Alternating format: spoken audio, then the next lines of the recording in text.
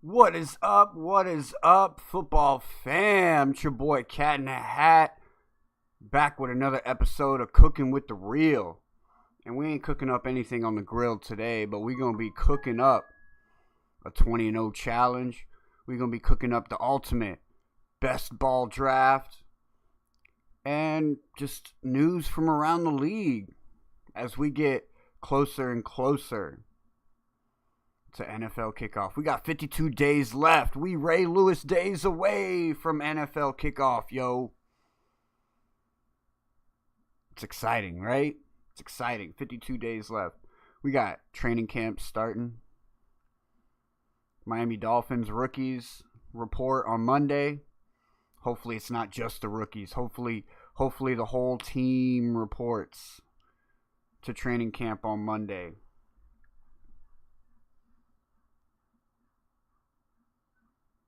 Hopefully the whole team reports to training camp on Monday. Why does my shit always show up as a soccer stream and not football? Not NFL football. It shows up as soccer. So it goes to all the soccer people. And they don't want to see this baloney. No, they don't care about a 20-0 challenge. NFL style. Woo! We're gonna crush it. We're gonna crush it. And then we're gonna be running some best ball drafts. Gives you guys a little idea of how they work. We're gonna do a fast one, so you get 30 seconds per pick. So you kind of got to go in knowing what you want, knowing all your options. But it's fun. Best ball is, in my opinion, the best form of season-long fantasy football, especially if you're heavy in the draft and confident with your drafting skills, because it takes the headache of being a season-long manager out of it. Basically, you do your draft each week. All the players play, and whichever player has the most points for those respective positions gets plugged in. And that's how it works. You get your chance at millions of dollars. And I don't even spend any money in DraftKings. I put $10 in 3 years ago when I first started DraftKings. Maybe even longer than that. It might have been 4 or 5 years ago. Put $10 in and haven't put in any more money since then. Just basically hitting the promos, hitting the deals, finding free contests, winning little bits of money here and there just to keep it going, keep it rolling. Getting tickets, crowns, using those for contests. During the off season in football, they send you all kinds of crowns and tickets during the off season. You stack those up, and you can enter into a bunch of contests, and it don't even cost no money. You learn how to beat the system. You literally can gamble for free on DraftKings. And Cat in the Hat can show you how to beat the system on DraftKings. But you got to make sure that you smash that you smash that subscribe button. You turn that notification bell on. Because you never know when Cat in the Hat's dropping some info. You never know when the Cat in the Hat is on the go and just decides to hop in and be like, yo, make this bet though.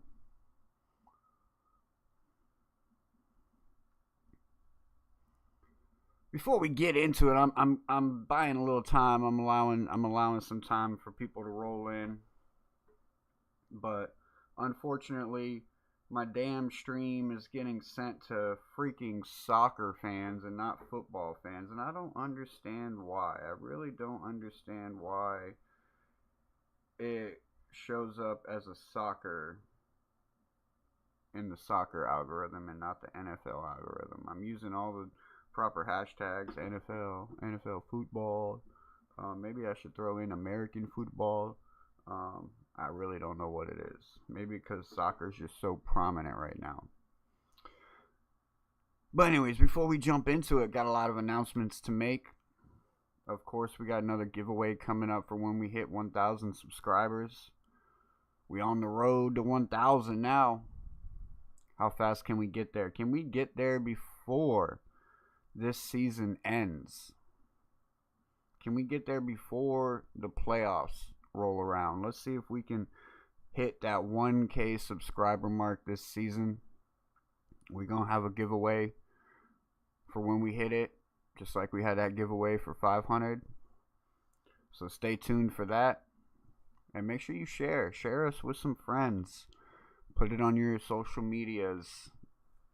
We do a lot of different content around here, a lot of fun content. As you can see today, we're going to be rolling through the 20-0 challenge, best ball drafts. We also got your full 32 team schedule prediction coming up. Another NFL power rankings.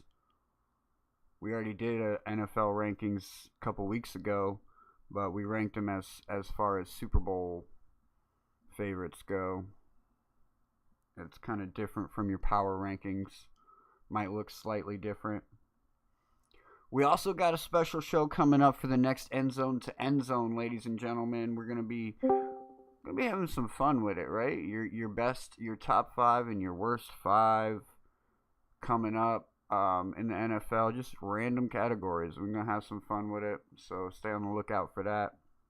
Macari Shop. You can find the link in our profile page. Macari Shop has been loaded up with brand new items, so go check it out. And we also have some AFC Eastie Boys merch coming soon, so keep your ears peeled for that. What's up, Cap for Life? Welcome in.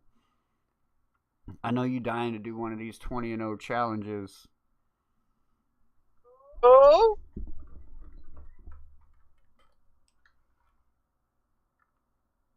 It'd help if I had my headphones on.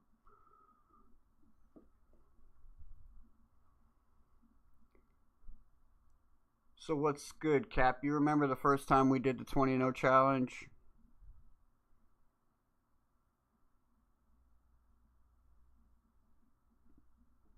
Had a good time. Yeah, it was pretty fun. So I went ahead and I signed up with the website so that it like tracks your progress and everything. They actually have like contests and competitions. It's pretty dope. It's pretty dope. I'm not gonna lie. What's on the agenda for today? I mean the 20-0 challenge. I'm gonna run a best ball draft. I got some free tickets for a best ball draft, so I'm gonna run a best ball draft so everybody can kind of get the idea of how that works. It's going to be a fast run, so 30 seconds per pick, so it should go pretty quickly. And then just random bullshit and talking about shit going on in the NFL. You know, we got Miami Dolphins training camp starting on Monday. Rookies are reporting, and I think the biggest thing us Dolphin fans are looking forward to on Monday is whether everybody reports, right? That's what I'm going to be looking for, is like even the veterans are there.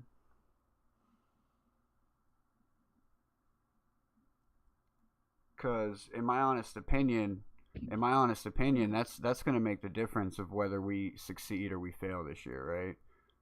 If we see everybody reported on Monday, not just the rookies, I think we might have some reason to be a little excited for this coming year, because that means that these players are serious. What are your thoughts on that? We're getting down to the nitty-gritty, less than 2 months away. I mean, we're starting to see now, like, you know, a lot of excitement built up. But hold on, give me 1 second. No worries. But yeah, so that's the biggest thing that I'm definitely looking forward to come Monday morning, tomorrow morning actually. And then August 2nd, I'll be able to go down there and check out training camp. I already got a bunch of my dates set, so I'll be down there pretty much almost every day that training camp is live for the fans. So I'll get you guys some good notes, pictures, maybe some videos, maybe not. We'll see how I feel. I don't really want to give away too much video-wise. because that's going to be the key to the Dolphins' success this year is the element of surprise, all these young guys. So giving away too much, in my opinion, might not be a great idea. So, but I'll make sure to get you some good notes and photos and stuff like that, so you understand what's going on and who's looking good and who's not. But if anybody wants to meet me out there, just let me know in the Discord. Hit me, toss me a DM. I got extra tickets for all the days, so if you want to meet me out there, just shoot me a DM and we'll work it out. We'll get it worked out. But alright, we're going to go ahead and we're going to kick off one of these 20-0 challenges. Cap will be with us shortly. Check 1 2. Check 1 2. So there's two different forms of 20-0 challenge. You can do the classic, which kind of gives you all the information you need, or the gridiron IQ, which is for real ball knowers for sure. It doesn't give you any kind of information or stats. You just get the name and the year, and everything else depends on your knowledge. So to get warmed up, we'll do a regular classic 20-0.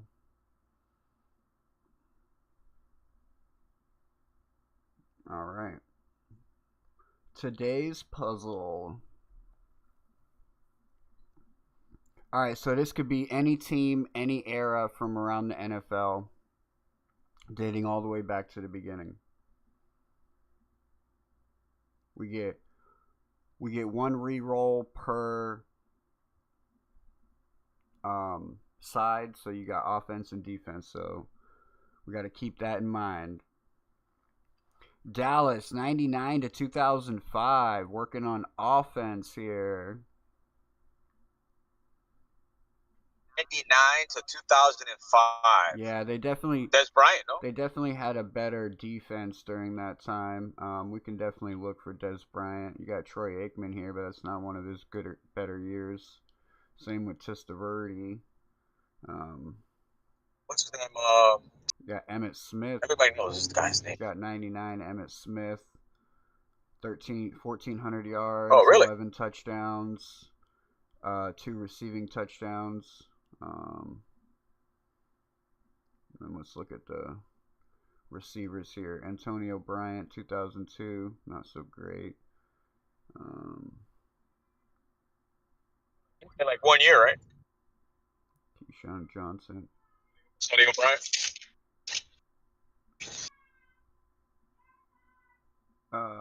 Who was that? Raghib Ishmael. Rocket Ishmael, yeah. Then yeah. You got a brother too, right?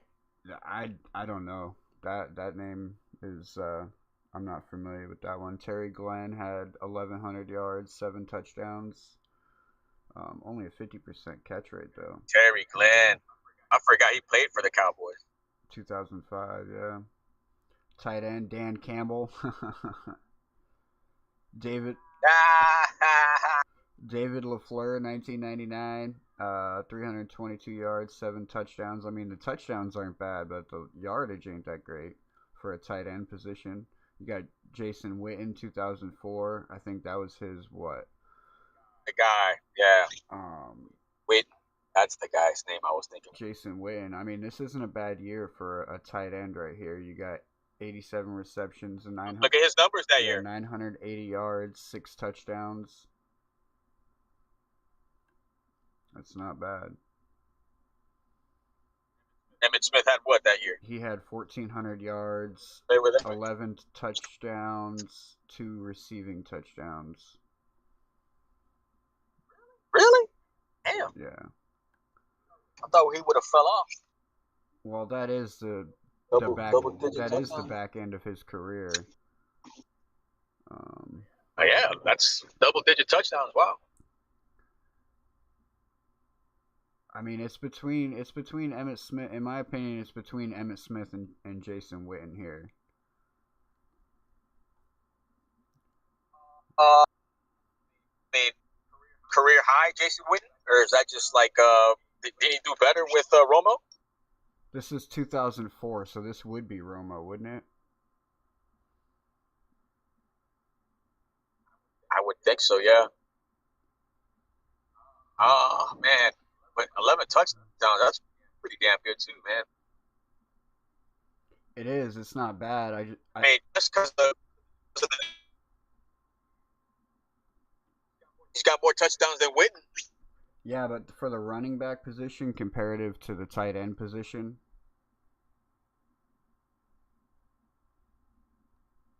you know what I'm saying? Like we could get a much better running back further down the line comparative to a tight end putting up 1,000 yards in a season with 6 touchdowns.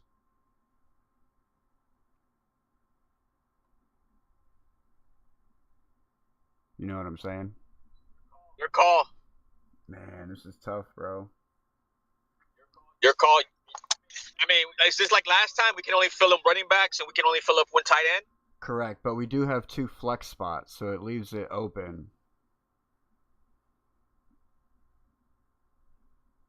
Oh man, Emmitt Smith is pretty good, man. I mean, like, and we named guys last week or the week before that didn't even have those amount of touchdowns, right?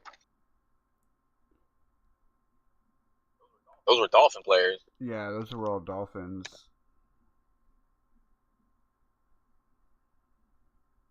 What do you want to do? What do you want to do? I think we'll take Emmitt Smith and we'll put him in a flex spot. Keep the running back open for now. Maybe we'll get a Travis Kelce year that we could take Travis Kelce. All right, next one. Dallas, 2011 to 2015. Why do they keep giving us Dallas? Look at here. Tony Romo, 3,700 yards, 34 touchdowns, 9 interceptions. It's not bad. That's not bad at the quarterback spot. And the quarterback's position is worth 1.5 points when they do their grading. See here, you got DeMarco Murray, 1,800 rushing yards with 13 touchdowns. That was a better year than Emmitt Smith. Cole Beasley, Dez Bryant. Here's the Dez Bryant year you're looking for. 88 receptions, 1,300 yards, 16 touchdowns. I think that's probably going to be the winner right there. That is one hell of a receiving year. Not up there with the best of them, but it's still good. 16 touchdowns for a receiver.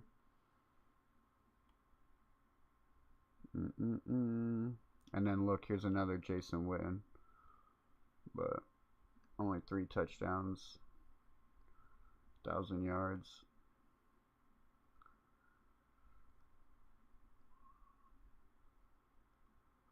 Tony Romo or Dez Bryant. I think this is a Pro Bowl year for Dez Bryant as well. Accolades come into factor, like if they got awards and stuff. What's up, Mr. Pulp? So I think we're going to go Dez Bryant here. We're going to put him in flex spot to keep wide receiver positions coming in. All right, round 3. Let's see what we got rolling next. Kansas City, 26 to 2010. This is before Patrick Mahomes era. This might be a good Travis Kelce era, though. 2010. No, I think it's just before Travis Kelce as well. Damn, yeah, Dez Bryant was the clear choice there. Appreciate that, Mr. Polk. I think that was the year Dez Bryant. He had Pro Bowls. Mr. Polk, get up here, man. Let's see. We got Matt Castle, 3,100 yards, 27 touchdowns, 7 interceptions. Trent Green, not good. Tyler Thigpen, 18 touchdowns with 12 interceptions. Jamal Charles. Names blast from the past, man. Wow. Look at this. Larry Johnson, 1,789 yards, 17 Larry touchdowns. Johnson. That's a good one right there. Got to hold on to that. That's a good one right there. Got to hold on to that. Larry Johnson. All right. Chris Chambers. Back in his late years, right?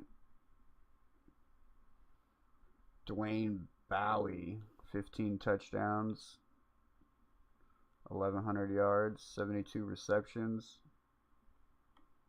That's not bad. Tony Gonzalez. I don't think we're going to get much better than that unless we get a Travis Kelce. That's 1,000 yards, 10 touchdowns for a tight end position. Oh.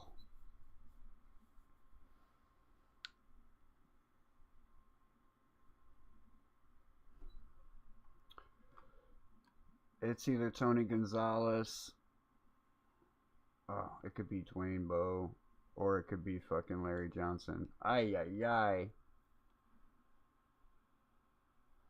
Dwayne Bowe. I'd go Larry Johnson over Dwayne Bowe. Yeah, I'm looking at the stat line comparative. You got 1,100 yards and 15 touchdowns. That's like, to be honest with really you, good. To be honest with you, man, those are really strong running back names that we just got the past two.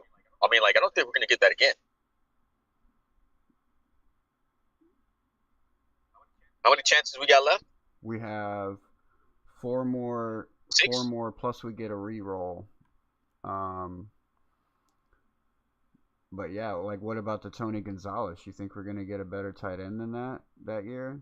10 touchdowns, 1,000 yards. We just skipped on Witten too. I mean, I would take Tony Gonzalez then. I mean, who's the other person you said? LJ. LJ or that Bowe guy, even that Dwayne Bowe.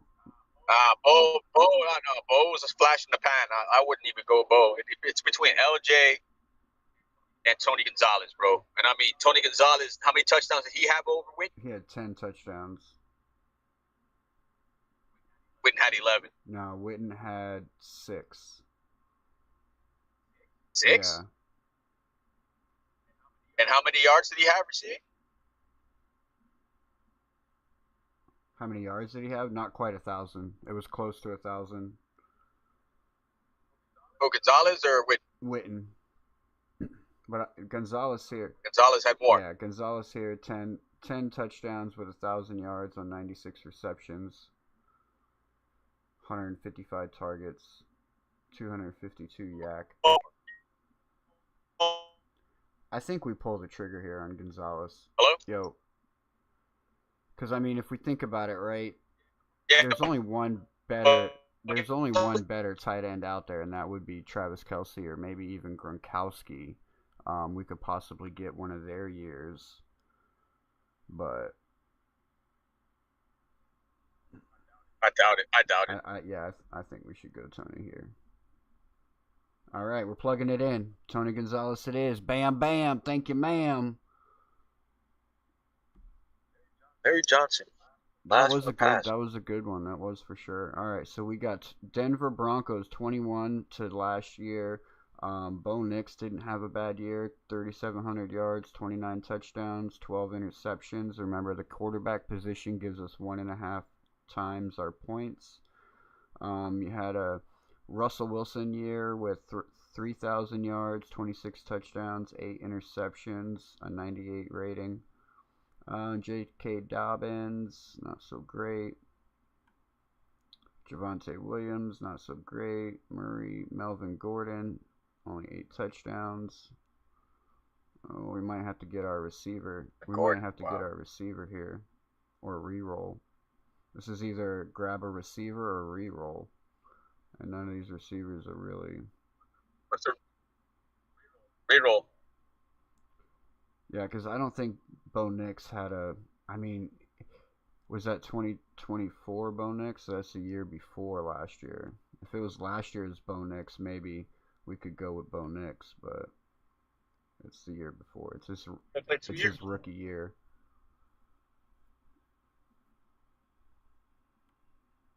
Because I mean, last year's didn't really get a lot of playing time until and last year's Bo Nix took them to the AFC Championship. So I mean, like that's where I was thinking with that. But this isn't a great J.K. Dobbins. Last year he was injured half the year. So yeah, I think we should re-roll. I'm with you on that. Indy 2016 to 2020. Andrew Luck. Look at that. Give me the luck there, right? 4,240 yards, 31 touchdowns, 13 interceptions, 96 passer rating. Got Jonathan Taylor in 2020, 1,100 yards, 11 touchdowns. That's a good year.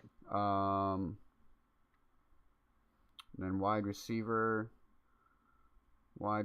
T.Y. Hilton, 1,400 yards with 6 touchdowns.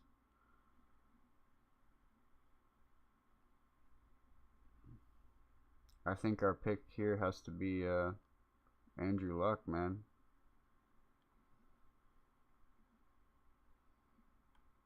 Either that or Jonathan Taylor. But I know 1 touchdown. That's what, less than 10, 12, 12 picks, 13 picks, you said? 13 picks, yeah. I know we can get a much better running back year than that year from Jonathan Taylor. And they don't have any intriguing wide receivers.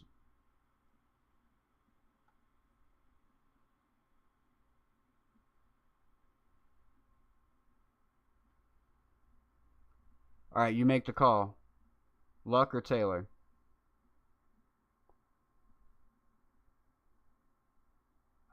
I take Luck. 96 rating. Come on. Good call. Good call, sir. All right, next one. Atlanta, 2016 to 2020. Look at that, Todd Gurley. Ooh, that's not a great year for Todd Gurley, though. Devontae Freeman, 1,000 yards, 11 touchdowns. Got Calvin Ridley, 1,300 yards. Julio Jones, almost 1,700 yards, 8 touchdowns.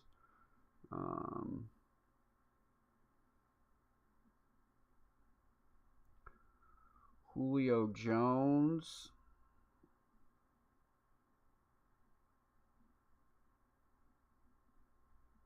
Or you got Devontae Freeman. What are the chances that we get another good receiver like that year, that 2018 year from Julio Jones? I know it's not a lot of touchdowns, but it's a lot of receptions. It's a lot of yards. A year, bro. That was Matt Ryan's almost best year, too. He had a Pro Bowl. That was a Pro Bowl year, right, for Julio Jones? Pro Bowl. Yeah. No doubt. And then Devontae Freeman, comparatively, I think we'll have a better chance with the running back. What do you think? Whatever we choose here, we're stuck with our options on the next one for whatever we don't choose. So it's Julio's legit. Julio's legit. He's too legit to quit, right? Let's roll with it. All right. Last spin for offense. Here we go. Last spin for offense. Ooh, Rams 2016 to 2020. Is this going to be a good year? A good Todd Gurley year? Can we get it? Oh, there we go. Look at that. Ooh. 1,200 yards, 17 touchdowns, 4 receiving touchdowns. I think we made the good choice there going Julio Jones. Good job, man. Look at that, Todd Gurley. And I think this was another Pro Bowl year. I can't think of the accolades that he would have got this year, but let's fucking go. Yeah, I don't think we have any picks so far that are hurting us on this 20-0 challenge. I guess we'll see. We'll see. Now it's defensive side of the ball. Now it's the defensive side of the ball. Philadelphia, 88 to 1997. Man, I was young for this, right? I was super young.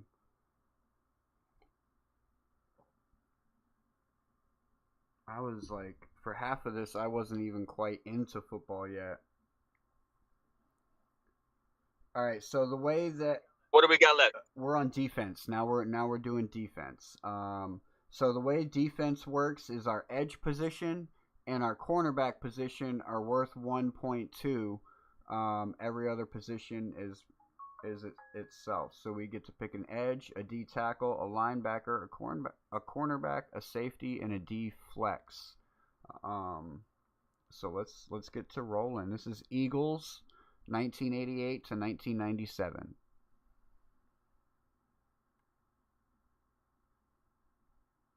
All right, so got to look at the sacks. So we got here at edge, we got 19 sacks and 18 sacks. Those are really good years. 4 forced fumbles. D tackle. Let's go down, try and find their corners.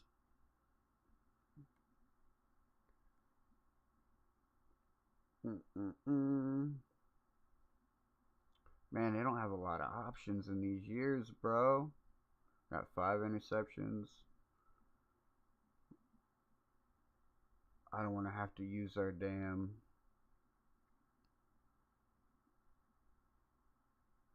We got one roll. re-roll. We got Yeah, we got one re-roll, and I'm like, damn. I'm looking at it, I'm like, I don't want to have to use our re-roll. How many flexes? This early. We got 1 deflex. Because, I mean, I'm looking at Reggie. How many spots we got left? 4? Oh, we got all the spots for defense. I'm looking at Reggie White here, and I'm like, that's not a bad season. 18 sacks, 16 tackles for loss. Yeah, bro, Reggie 4 White. fumbles. Reggie White, of course. Bro, get Reggie White, bro. So do we plug him in at edge? Or deflex? Deflex, yeah. Worst case. Because we get 1.2 times for the edge position at the edge position.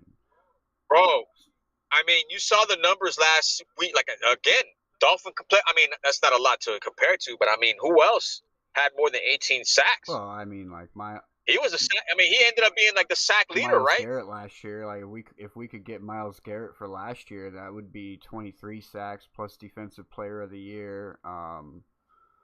Oh, bro, yeah, of course. What I mean, like, we can get better. I'm not saying this isn't good. We definitely can get better, though. Like, there is better seasons out there. Like, any Lawrence Taylor season will beat this season. You know what I mean? Yeah, but that's linebacker. True. Good point. Way to keep me in check there, bud. Oh, I mean, more than 15 is pretty good, man, compared to today's league. Like, I mean, who else out there has 15 sacks a game? Not a lot. So you're saying we should just go ahead and plug him in and put him where? Unless you want to do a quick fact check before we do it. I mean, do we have enough time to do a fact check compared to White? Who else is sack leaders? I just don't. I mean, it's too early to get something like this, but I mean, it might be like, hey, take it now because you're not going to get it later. I mean, you got a good point, man. All right, so where do we plug him in at? You want to plug him in at edge or at deflex? I mean, do we get? That's what I'm saying. Like, we don't know if we get more points. We get more points to keeping him on the roster as opposed to flex, right? Yes. So we still can pick another edge too, correct? Correct. So yeah, it's a win-win, bro. Like we got 3. Basically, we got 3 spots for 3 edges if we wanted to go 3 edge. Yeah, and the defense, I like how the defense works because like some of your players are hybrid players, so they qualify as like edge and linebackers, and they also qualify as like cornerback or safety. So it's like some of your players are hybrid, so you can plug them into different places. So you're saying plug him right into the edge position, though. Man, I mean, that's what I'm saying. Unless we do a quick fact check to compare other guys, 18. I mean, what'd you say, 18? Yeah. That's almost 20, bro. That's almost Myles Garrett numbers, man. All right. I mean, look, I did 2 of the past picks on offense. I would think I trust your knowledge more than anything on defense compared to this now. So I would rely on you. I would concede to you. I filled it in. We put him at the edge. All right, so now we got Who's Baltimore, next? 2016 to 2020. That's linebacker heaven and secondary heaven too. I'm looking for Ray Lewis. Ray Lewis, Ed Reed. Got C.J. Mosley. Oh man. Matthew Judon. Oh yeah, I forgot he was on the fucking Ravens. That's right.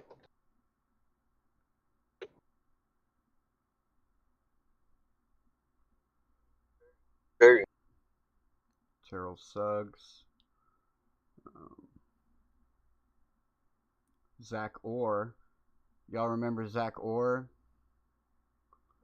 Or Isn't Zach Orr isn't he the one that they made that movie off of, The Blind Side? yeah. So here you go. You can see here with these cornerbacks, you can see how some of them say also safety, so you can plug them in at safety as well, or cornerback. Ed Reed. I'm looking. I'm looking.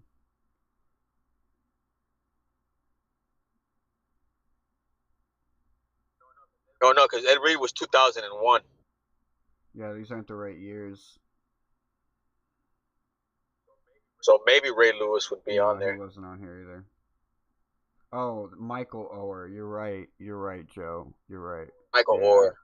Michael Orr. Joe's right. Yeah. I knew it was an Orr name. You're thinking of Zach Ertz. Man, no man. I really don't like any of these. I really don't like any of these, to be honest. And we can't flip, can We we? have a reroll left. I mean, you got Terrell Suggs here at linebacker Oh with man, 11 sacks, compared 11 to Ray tackles Lewis. for loss, 4 forced fumbles. I mean, that's not great. That's kind of just average. I know we can definitely find better at the linebacker position. Um, What's up, what's up, guys? Joe? Welcome in. Welcome in.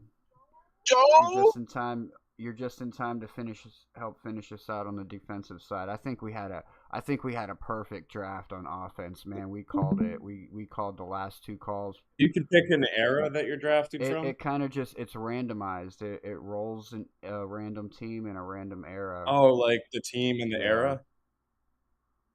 Does it at And least give you like good combos? Like, what if it did the it gives Dolphins you from five. It from gives the you 5 picks 2010s or throughout. something? I think what, like 5 picks, right? Cat, 5 picks for throughout that year, that span of year. 5 years. Yeah, it's usually about 5 years or so. Nah. Sometimes Joe. 5 picks. Sometimes Joe, you get really shafted. Like right here, I feel like we're Yeah, getting like what if you shafted. got Dolphins from like 2010 to 2016 or something like that, and you got like I don't even remember who that was. That Cutler or was that before that? Um, I don't remember. It would show it though. but yeah, It wouldn't be very good options. You'd basically have Cameron Wake to take. yeah. Well, you wouldn't be like it does offense and then it does defense. So it's like when you're on the offensive side, you're only picking offensive players. But yeah, it's like you just kind of gotta play it smart, man. You get one re-roll per side, so it's like I think we're gonna have to use our re-roll How on do this you one. what do you actually like put this in kind of a simulation or something, or are you just trying to build the best possible team? It's actually a website, Joe. You should go check it out. It's called 20 and O Challenge. You can sign up and it has like daily challenges We and stuff. what was it? It's pretty cool. You could set it up to where you're doing just a specific team and it'll run you through those eras and like it's a pretty dope website. Yeah. And when did we do it? Last week or the A week couple before? weeks ago, yeah. It was a couple weeks ago that we did the Dolphin one. Yeah, it was pretty cool, Joe. Like, yeah, we did the Dolphin one, and it gave us like we got close. Out of the 20, we got what, 18, 17? Was Oh, does it like do like a what is it? Check the team you built and then like tell you what it would correct. be? You're trying to Like how yeah, many the you're end, trying yeah. to build a 20 and O team. And it takes like So it must have some kind of algorithm that it runs through and yes. judges what you Yeah, pick. so it also takes like awards and stuff into consideration. So like if a player would have won like the defensive player of the year award, like that adds points and value to the team, etc. But you can't see what their value add will be while you're picking. You can you not see the screen? Yeah, I could see it, but it doesn't tell you like exactly what it's going to contribute to your team, No, or just you kind of kind have of to have to assume like based on the yeah, you kind stats of do it based on the stats and and your your memory. memory. And they do have a Yeah, gridiron version to where it doesn't show any of this stuff. It doesn't show any of this stuff on the screen over here. It's literally just a name and a year, and you got to literally use your memory for that. But I think we're gonna re-roll here. I don't like any of these players on defense. I think if I pick anyone from this, it's gonna hurt us as far as our team Really? goes. Even like Terrell Suggs. I'm just thinking like that's for the linebacker position. I The know year, we can get much better linebackers. the year, But it's only How many yeah, rolls did the you one year. re-roll. Look at the numbers, Joe. Give them the numbers. Give them the Where numbers we at? for Stubbs I guess that was that year. towards the end of Suggs' career, Yeah, right? I mean that's 47 tackles, 11 sacks, 4 forced fumbles. Oh We yeah. can get a much better linebacker at this, and like that's the best Wait, player. is that an average? Is it across the date range, or is that like the best season stats, or It's what are just they? a random year. You just get the player in a random year in that time frame. So it's like, But is this Suggs at the end of his career with the Ravens? yeah. That's why we need a computer, bro. If we're doing this, somebody has to do fact checking at the same time we're doing this No, because then that's it's like kind of well, impossible, that's bro. the point That of ruins it. it, Yeah, though, that's I the think. point of it, Cap. That's the point of Yeah, it. You yeah, know yeah. what I mean? Like if we could cheat and go 20-0 every time, but what's the fun in that? I'm gonna hit the reroll. Let's see what we get. Oh, Miami, 83 to 92. Miami, 1982. Look at that. We get the Fin Fam in the building, this and is we get some defense. Miami. All right. Man, imagine you got to do that with offense. Oh, I know, right? All right, so let's. Well, I don't know. Doug Betters, Baumhauer. Let's roll through what we get, and we don't have no more. Who's your QB? This is defense. We already went through offense. Offense is already done. Oh, is that at the bottom? I see it now. Hugh Green, John Offerdahl, Andrew Luck, Gurley. Is that Julio Jones? Julio Jones, Gonzalez, Des Bryant, and Steve Smith? No, Emmett Smith. Oh, wow. Yeah, that's why I think we nailed it on offense, bro. Like, so we have to. Hey, Emmett Smith wouldn't be the running back, and Gurley wouldn't be the flex. There's two flex. I guess Gurley did have that dominant year. There's two flexes on offense.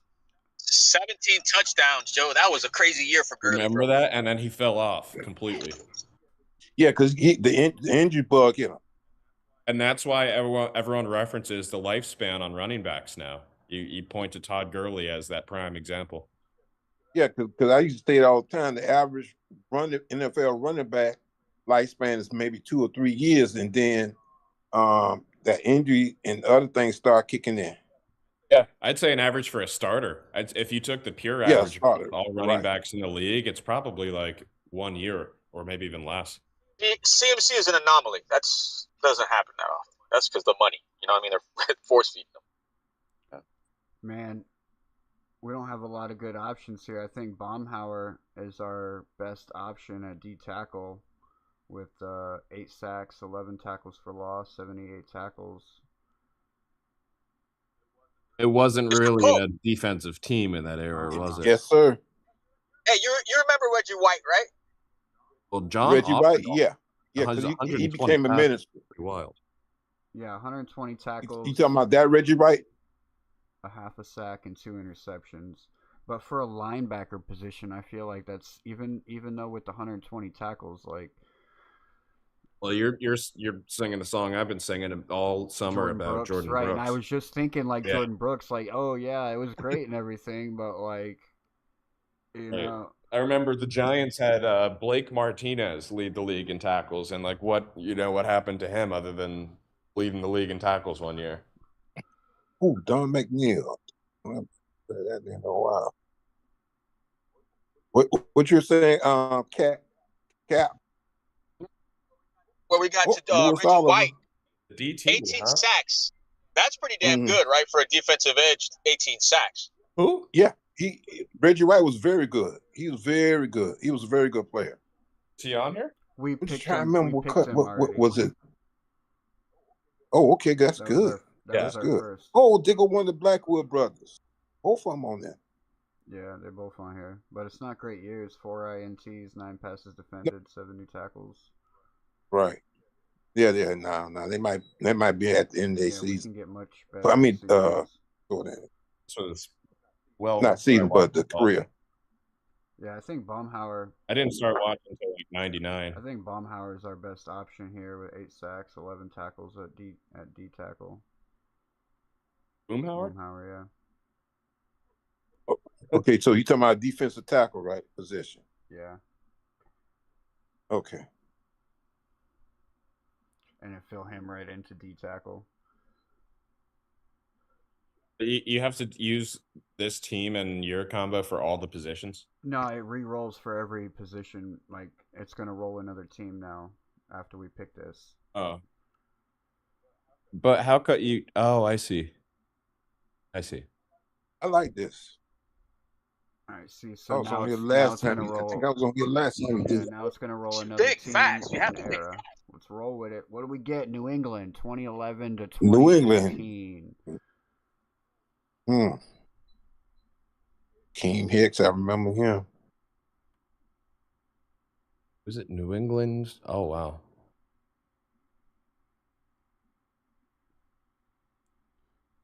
Bum, bum, bum. Man. You could probably get Oh, you could probably get Vrabel and who's the other guy that was next to him? Vince Wilfork, I remember him. That's a big dude. Oh, Will Ford. He had a great year. What year was Brandon that? Spikes. Will Ford. 2012, 3 sacks, 6 tackles for loss, 2012. 2 forced fumbles. Oh, okay. That's No, not a no, lot. no. He came out in And 2002, we just 2003, picked around our there. Yeah. That's his end year. In his we career. just picked our D tackle. Wait, when did they have Brewski? What position? Brandon Spikes, I remember him. Well, you got 12 and a half sacks here, 11. Was Brewski before that? No, Brewski was on that. He was on the previous team. Yeah, he was 2008. He ended. Look at that, 100. Okay, so we're looking for a linebacker, right? 141 tackles, Joe. Yeah, you had the two New England coaches that were linebackers next to each other at that time. Vrabel and I guess Vrabel already done? Key to lead. We almost had him on our team, but the at the end of his career and him being hurt, Ravers. Oh my goodness. 40. Yeah, that's not a good year for McCourty though. Right. You definitely got some guys Yeah, on. we got some options to choose from. Like this Kyle Arrington, like that's a decent year for a cornerback.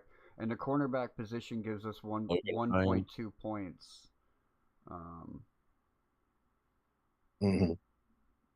Malcolm Butler. Yeah, I remember Butler.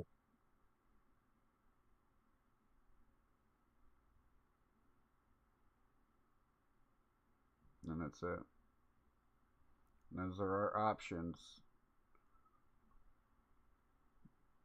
You already filled the DT, right? Yeah, but we still have a D flex. We still have an option that we can throw another defensive player into. It can be any position. I mean, that's a solid year from Mayo. Yeah, the Gerard Mayo one, 141 Yeah, that's when tackles, that got my attention. Four forced fumbles. Was that 5 forced fumbles? 5 tackles for loss, 4 forced fumbles, 3 passes defended, 1 interception, 3 sacks, 141 tackles. I mean, that is pretty amazing. Above him, Jamie Collins had a good year too. Jamie Collins in 2015. Yeah. Anything past 130 tackles is pretty damn good. Yeah, especially if you're throwing forced fumbles and interceptions into that mix. I think it negates the fact that you only got 3 sacks. You know, it kind of adds value elsewhere. Is this one going to be edge or linebacker, or it has to be a linebacker? We can put it into linebacker or D flex. Edge is already filled in. Okay. And so Rob Ninkovich could have counted as either. Correct. And some of the players do that. Like if you go to cornerbacks and safeties, like some of them swap. You can put them at cornerback or safety. This is interesting, man. It's kind of bringing me down memory lane a bit. I know. I love it. Yeah, that's what I like about it. All right, so I think we're going. Bring down memory lane. Larry Johnson. And you can learn from we're it. going. I heard Larry Johnson earlier. Yeah, Larry Johnson. I think we're going Gerard Mayo here. That seems like the best pick. Did you want to look at the D tackles again? Yeah. think we made a good choice when we picked our D tackle. You got Chris Jones, not a bad one. Oh, Chris Jones is excellent. But we'd have to put him in our D flex spot. I think Gerard Mayo. What's his numbers? Mayo. He had 6 sacks, 4 forced fumbles, or no, 8 QB hits. Crap, hold on.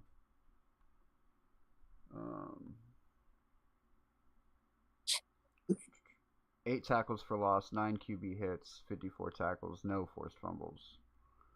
So I think Gerard Mayo has him beat with the turnovers and the sacks and the tackles. That's like a... I still argue he didn't get a fair shot with the Patriots. All right, now he really just got fired because they wanted Vrabel. Now the question is, do we fill him in at linebacker or D flex? Oh, of course. Yeah, of course, bro. Fill him in straight at linebacker? Yeah, because he look impressive to me. All right. Oh, Baltimore. 2011 to 2015. Didn't we just get this? Is that prime this Ray might Lewis? be Ray Lewis. This might be Ray Lewis. This might be Ed Reed. Man, this maybe might be Ed I Reed guess you though. could use him as- If we can get prime Ed Reed at cornerback spot, That's true. You can get your that safety. will be. Look, there's Get Reed, bro. That's there's Terrell Terrell Suggs. Suggs you were looking for. You'd put Reed at safety though. Well, cornerback position will get you 1.2 points. Yeah, but he's like, when I think like all-time great safeties, you would think Ed Reed. Definitely. Wait, do they have him listed as both? I don't know yet. I haven't got down there. Didn't make it there. I haven't made it there yet, yeah.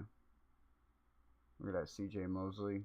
C.J. Mosley. 31 tackles, 3 sacks. But we have the better linebacker currently with Mayo's season. 10 more tackles. Now, Ellaby, wasn't Ellaby with the Dolphins for a little bit? I don't remember. I can think he was with us briefly. That's not a bad year from Darryl Smith there, 2013. Yeah, it was Tracy Wheeler and him. They both came out linebacker free agent with Tannehill. That's when they gave us the new jerseys. Remember? Oh, they debuted the new jerseys. Hey, Bro, that's solid memory. Speaking of new jerseys, I don't know how accurate it is, but I saw that we might be getting some new style on our jerseys. I gotta look into it. Look, there's Ed Reed right there, but it's not a good year. There go Ed Reed there. 2011 Ed Reed. Yeah, not good. 3 interceptions, 8 passes defended, 45 tackles, 1 fumble. Oh, James looked like he had a better record than Ed Reed. Yeah, I think this was towards the end of Ed Reed, right? Because he was in the earlier period with. It was 2001, 2002, 2003.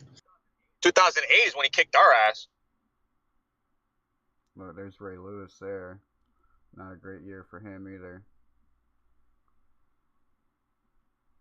Speaking of, Ray Lewis days away from NFL kicking off, ladies and gentlemen.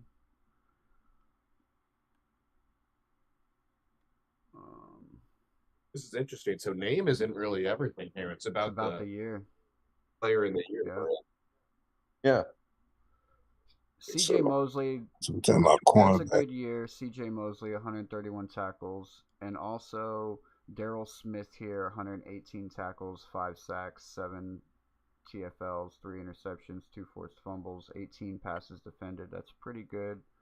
And then I think the other one here was up in the Terrell Suggs. Terrell Suggs, and that would have to go into our. That would have to take up our D flex spot. But that's a really good year, though. 14 sacks, 20 tackles for loss, 7 forced fumbles, 23 QB hits, 62 tackles. Like, it's going to tough to pass up on them.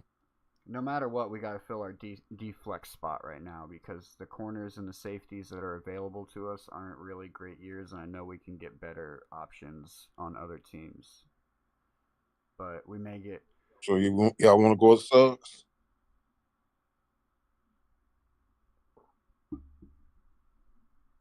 I'm gonna take the silence as a unanimous yes. Suggs for flex. Suggs for flex. All right, we got 2 more spots. Washington Commanders 2011 to 2015. We're looking for cornerbacks and safeties here. Cornerbacks and safety. Oh, man. D'Angelo Hall. I remember him. Brandon Merriweather.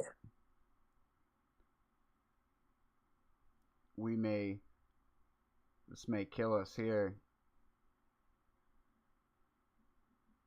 Brian Clark. Yeah, this may kill us here, man. Will Blackman at safety, 2 interceptions, 45 tackles. D'Angelo Hall, 3 interceptions, 16 passes defended, 3 tackles for loss. This is kind of like you ever play Yahtzee? Oh, I love Yahtzee, bro. Kind of like Yahtzee, where you already used up your one slot. Oh man. What's that? I forget what that slot is called, where it's just like the total of the dice. Yeah. I think that's literally all it is, just total. This sucks, yo. We got screwed. Honestly, in my opinion, I think this pick here, no matter what we go, is probably gonna hurt us. I mean, it looks like it's D'Angelo Hall. Yeah, that's what I'm saying. That's what I'm looking at. D'Angelo Hall at safety, right? And hope. I would say go safety because you're more likely to find a better corner than a better safety. I think. Yeah, because our cornerback position also gives us 1 more points than the safety position. So it's like if we can find a better corner, how many picks we got left? 1 more pick, and it's going to be cornerback if we put him in at safety, which I think is probably our best option based on everyone else. Did they group these eras like intentionally? Like, did they choose 83 Dolphins for a reason to start that era at 1983? I don't know. I haven't played it enough to figure out the way it works, to be honest. Yeah, like I wonder if like the time range is completely random, or if they have kind of like pre-loaded ones with good players. Giants 2021, 2025. Yeah, we discussed. I mean, that's got to be. So we got to get a cornerback. I was gonna say Bradbury, but look, Javon Look at Javon Holland on there. Good grief. He's not even a corner. Did they move him to corner? Xavier McKinney. That's the best one. And then they gave him up. Yeah, he had. Yeah, I mean that's a solid year. It is right there, McKinney. Unless you find something better. There was nothing. That was the best one available. I mean, like all the rest of them. Yeah. Does it give you a chance to review your team before and guess before it attempts the? No, it's just. What do you guys think? I think we're gonna go 19-1. Luck, Gurley. I think what's gonna kill us, honestly, is Boomhauer, in my honest opinion, and maybe even Hall. Hall or Boomhauer is gonna kill us. Yeah. Yeah. Now I got 2 losses. You got 2 losses? Okay. Yeah. What do you think, Mr. Paul? I think each player is going to equal a loss. Oh boy.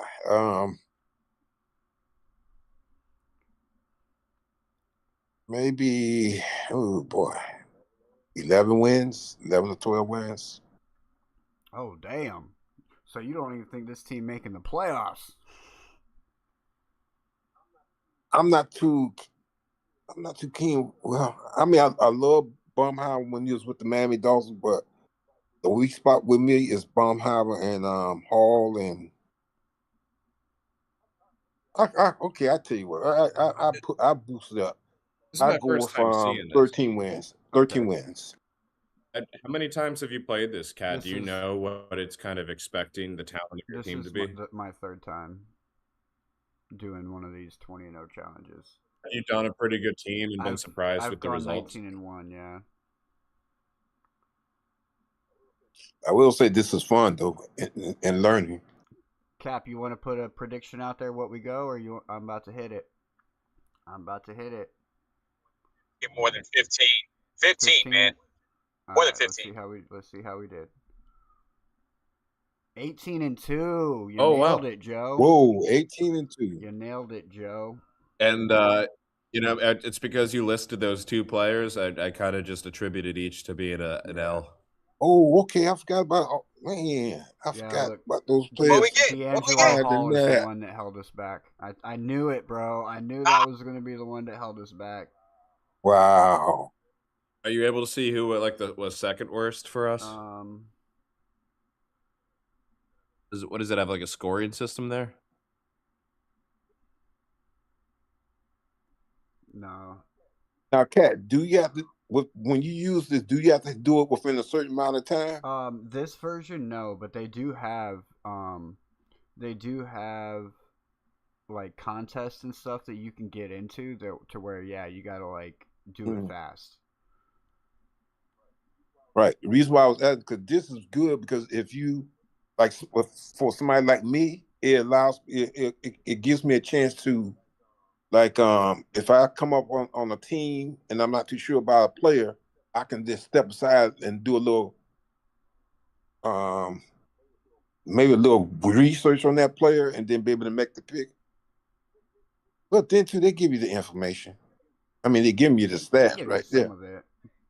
Man, I mean, that's what I was saying earlier. I mean, the whole thing is that you don't time sensitive. You don't want to be able to look up like how they ranked that year, so that you like don't want to kind of uncover too many things, because then it's not as fun. Right. You want it to be kind of blind. No, but here's the thing. I understand what you're saying, Joe. But if you don't have that, how should I put it? If you've been away from football like I am, I can't remember games, some games, certain teams during a season. It's like I got to refresh my memory, and this right here will be good because it gives me a chance to, if I need to, like, stop and do a little quick research. I understand what you're saying, but see, with you have a little more. Right now, you have a little more knowledge of football than I do, and I'm actually, still. I would say for this you might have more, because my football knowledge only goes back to year 2000, basically. Yeah, we're gonna. You know, I started watching. You've watched a lot more football. We're gonna run than me. another one that way. So you'd like these older eras. You might remember those players a lot more, like the 83 to whatever it had, 1991. I think for the Dolphins. I think that's what it was. We had that last week. Yeah, we had all those players. I've never actually watched those guys. I've only like seen like occasional clips and heard stories and people discussing stuff. Let me ask y'all something. Do Andrew Luck remind y'all of Josh Allen? What? Well, I shouldn't. To a certain extent, the body build. I'm talking about the body build. Yeah, main thing, the body build. Yeah, that's what I was about to say, because he was, man. It's impressive to see how good of a career Luck had, considering how short it was. Yeah, because it was very short. Man, he was balling in college. He had no O-line, bro. He had no protection. He kept getting. He had to run all the time. Yeah, that's just like Caleb Williams. Got it done though, and like, there's a lot of other QBs that like we will say like, oh, they had no line, and Andrew Luck still got it done. Yeah, Caleb Williams had the same problem when he first came to the Bears. He ain't have no line, and he was running for his life. But then that next season, they got him some protection. See, I want to see how many seasons he had. Luck was 2012 to 2018. What he says, they brushed him, bro. Like, he was like, "Look, let me recover. Let me get back in there when I'm ready." They were like, "No, if you don't play now, then you're not playing for a while." And we're like, "Yo." Yeah, he played 1, 2, 3, 4, 5. He played like 5.5 seasons, Hmm. and he got 23,671 passing yards Mm-hmm. and How many rushing yards? 90 rushing yards. Oh, okay. He got 171 touchdowns, and 14 on the ground. Yeah. So basically, he almost rushed.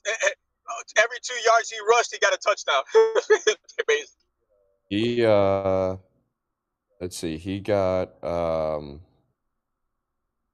see, how many attempts did he have? He had 332 rushing attempts across his career. Mm-hmm.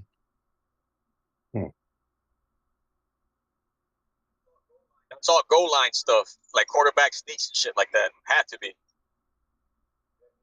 Yeah, you know what's wild is his last year of his career, it was like the second least he had ever been sacked. And then he retired. His rookie year in 2016, he was sacked 41 times. So basically, out of that draft class, Tannehill, Russell Wilson, those were the only 2 guys left, right? Everybody else pretty much retired. Or did Sam Darnold come out that year too? I don't remember. No, Sam that wasn't Darnold. That was RG3 and Kirk Cousins. Oh, who was the other guy? The guy that didn't pan out. Who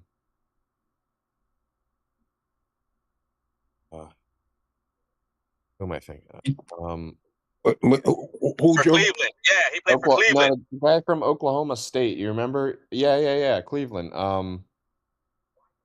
Weich or Welch or Weech or something like that. Whedon. Brandon Whedon. Yeah, he was a first rounder. Was that Cousins as well? When was Cousins drafted?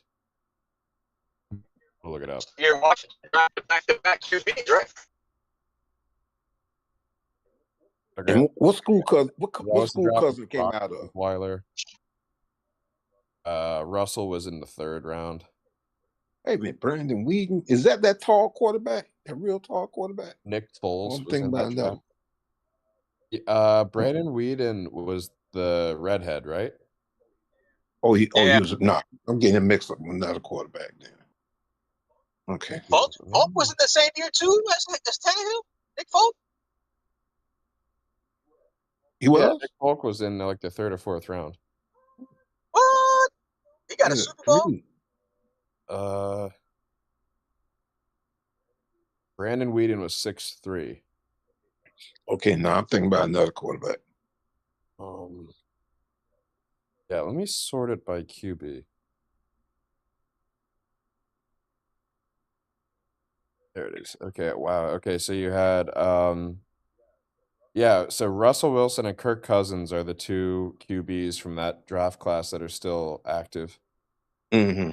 You had Andrew Luck, RG3, Ryan Tannehill. Those are the first 3, all top 10 picks. And then also in the 1st round, you had Brandon Whedon at 22 to Cleveland. Denver used 57 on Brock Osweiler. Seattle, in the 3rd round, they picked Russell Wilson. Eagles took Nick Foles in the 3rd round. The Redskins took Kirk Cousins in the 4th round. Forgot about that. They took RG3 and then they took Kirk Cousins. Oh, he took both. Okay. Yeah, and then in the 6th round, Ryan Lindley to the Cardinals, and then Green Bay took DJ Coleman, and Colts took Chandler Harnish. A lot of good QBs in that class. Well, he had good potential, I guess. Interesting QB class. I mean, to think that in college, Ryan Tannehill converted from receiver to quarterback and then became a top 10 pick is kind of wild. Yeah, he played wide receiver with his brother. Oh, is his brother his QB or was also a wide receiver? Oh, he was a wide receiver also. His brother was a wide receiver. I wonder who was the QB there. It was what, A&M? Yeah, A&M. Yeah, Texas A&M. I forgot who the QB was before Tannehill switched over. Let's see.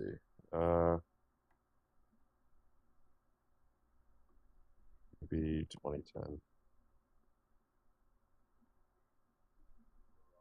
Gerard Johnson? Never heard of him. I mean, he might have been, but Jared Johnson? Maybe it's Jared. It's Jerrod. yeah, Jared. That's pronounced Jared. Yeah. I've always known Jared as Jared. Mm-hmm. Yeah, but it's also Jerrod. Yeah, they both sound pretty much the same. And Stephen McGee before that. Mm-hmm. Look here, they even got a GM mode where you get like salary cap and shit.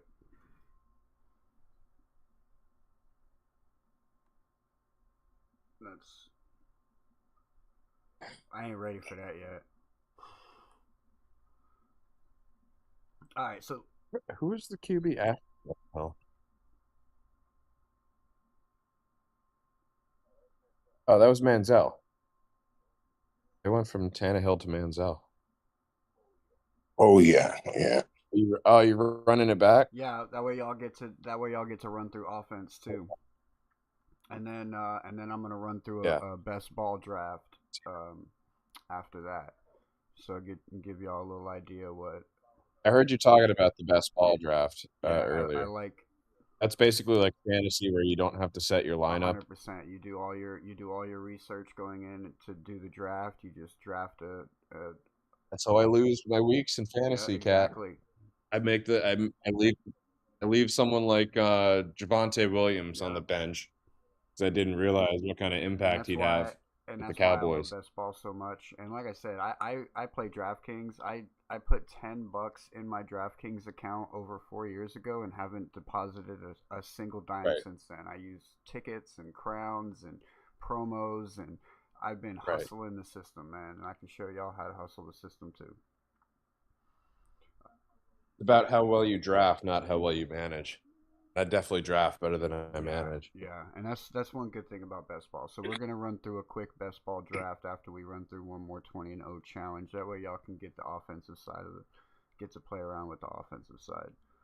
You can see here it gives you options, so you can specialize your 20-0 challenge however you would like to specialize it.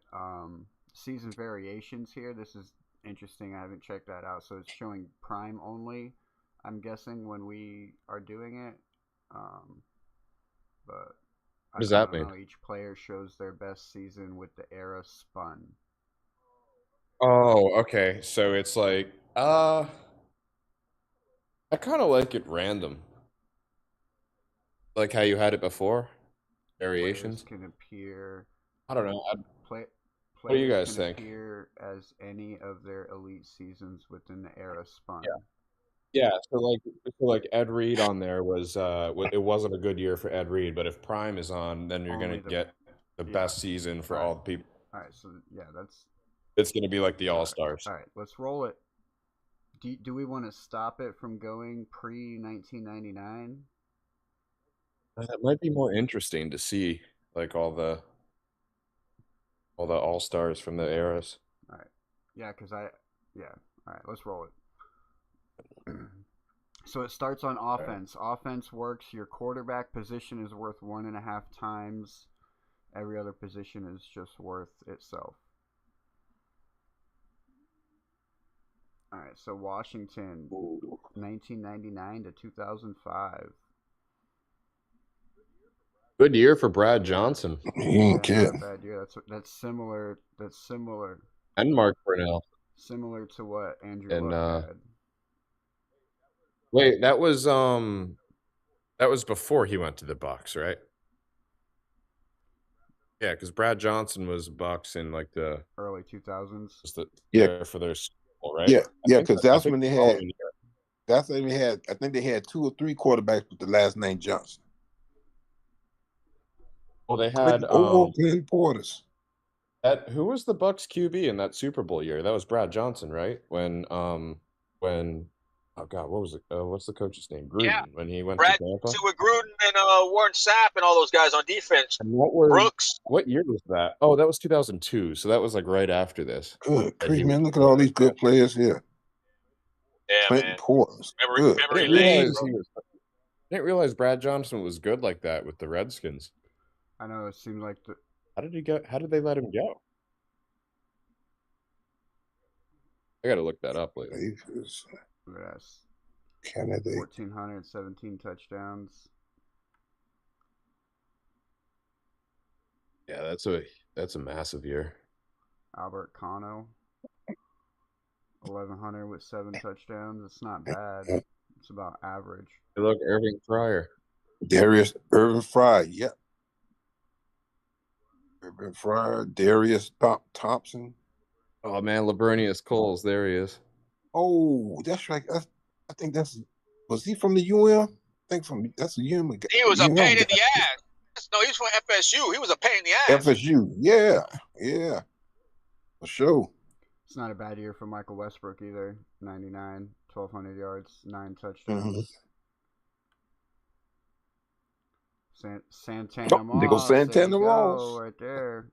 1,400, 9 touchdowns. Santana Moss. That might have to be it. Yeah. Chris Cooley was a solid one too. I'm sure we could find a much better tight end. Question answered. I think it was Brad Johnson to Santana, no? Also put Chris Cooley in as a running back. Yeah, he was key in that offense. Kind of like a Taysom Hill. Like I don't know. There's not really. I guess that's kind of like what what's his name is now with the Colts. Tyler Warren. Why can't I think of anyone's name? We had a guy like that. What was his name? Because in college football, this guy played quarterback, wide receiver, and running back.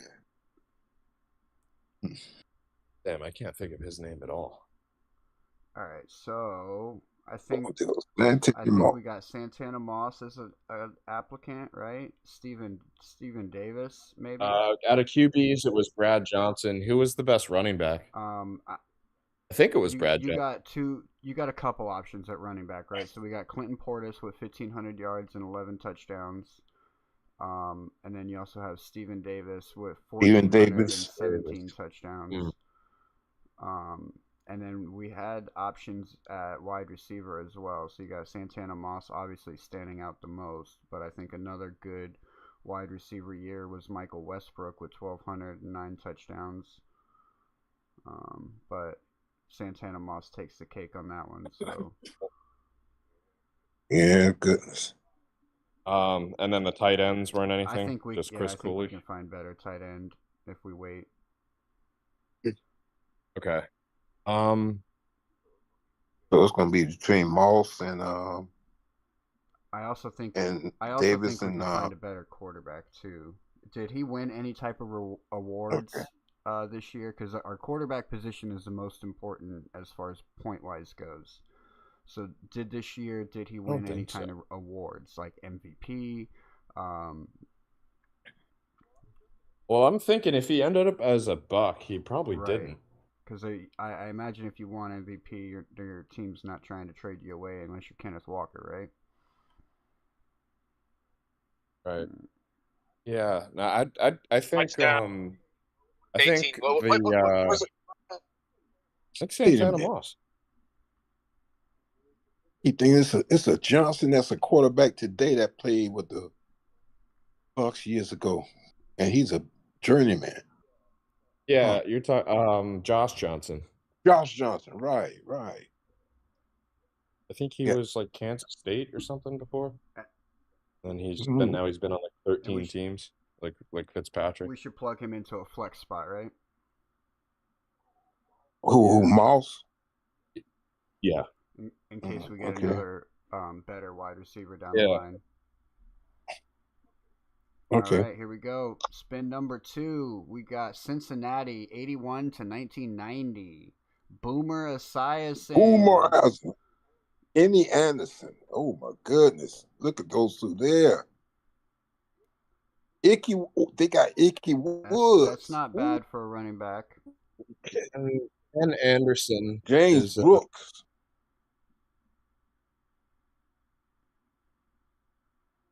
Man, I don't know any of these people. Chris Collinsworth. Chris Collinsworth. We know these people, all right. Eddie Brown for the University of Miami. Eddie Brown, yeah, there you go. 1988, Eddie Brown. Yeah, my dad coached Eddie Brown when he was coming up through high school. Wow. I don't recognize the tight ends. It might have to go QB here. I think I don't think so, man. I mean, this is Ken nice. Anderson? This is nice. 1981, Ken Anderson, Cincinnati Bengals. Let's see. Oh, I know we can get a much better quarterback down the line. Who else you thinking? We gotta try and find an MVP quarterback. Did Ken Anderson win an MVP that year? Like, that's the biggest key to finding our quarterback. Is trying to find that quarterback that has that MVP season. You want to use the reroll? I'm thinking we might need to use the reroll here. Like, we have Icky Woods isn't bad with 1,000 yards and 15 touchdowns, so we can definitely find a better running back than that. And then you look at the wide receivers, like, nothing really stands out. Eddie Brown, that's not bad, but we could still find better than that. Yeah, Carl must have better season than he did. And then, yeah, we can. I think you use the reroll. I don't think anyone stands out. Let's re-roll it. And there's some good guys on there, but here we go. Trying to get 20 now. 21 to 25. Wow. You got Russ. You got Russ in 2021. Yeah. Look at that. Sam Darnold last year. I don't remember 2021 though. I think he was already. Wait, was that? That was an MVP, Russ. No, so that must have been Russell getting ready to leave season. I mean, end of his season with his career with the Seahawks. He was. He went to the Broncos. The Broncos was 2023. 2022. 2023 season, and then that's when they drafted. Okay, yeah, because you can see Geno Smith right there in 2022. Yeah, and they drafted Bo Nix in 23, or for the 24 season. Yeah. Hey, Darnold, 2025. That's a Super Bowl winning that QB. That matters. Yeah. What's the numbers? 4,000 yards, 25 touchdowns, 14 interceptions. 95 rushing yards. But let's keep looking because we might have JSN on here also who had Rookie of the Year for last year. So I would probably take that over Sam Darnold because if we can find an MVP and a Super Bowl winner, it might be more valuable. But we can keep looking and figure it out. We got let's pass up on the running backs. I don't like the running back room. Yeah, see, look, 2025 JSN right here. DK Metcalf, that must be at the end of his career also. This is so they both get the same Super Bowl value? Yeah. Yeah. They both have the Super Bowl win. I think you go JSN. I'm curious to see who else do they have. I don't think I can't remember any tight ends that are notable. We need to. Oh, Noah Fant. Yeah. Is he from the U.S. also? I think he's from the University of Miami also. I'm not too sure. Yeah, I think we got to go JSN here because he has Offensive Player of the Year, plus he has a Super Bowl win. And we're not going to get much better wide receiver production than that. Like, it's out there. Don't get us wrong. It's out there, right? We know it's out there, but, it's up there with the best of them. I agree with you. It's probably one of the highest possible receivers, but I think it's also going to be tough to get a QB opportunity better than Darnold here, but I go JSN. Yeah, I go JSN too. Let me get another one. What do you think, Mr. Polk? Yeah. Go ahead and go with Jackson. I meant. It's Jackson.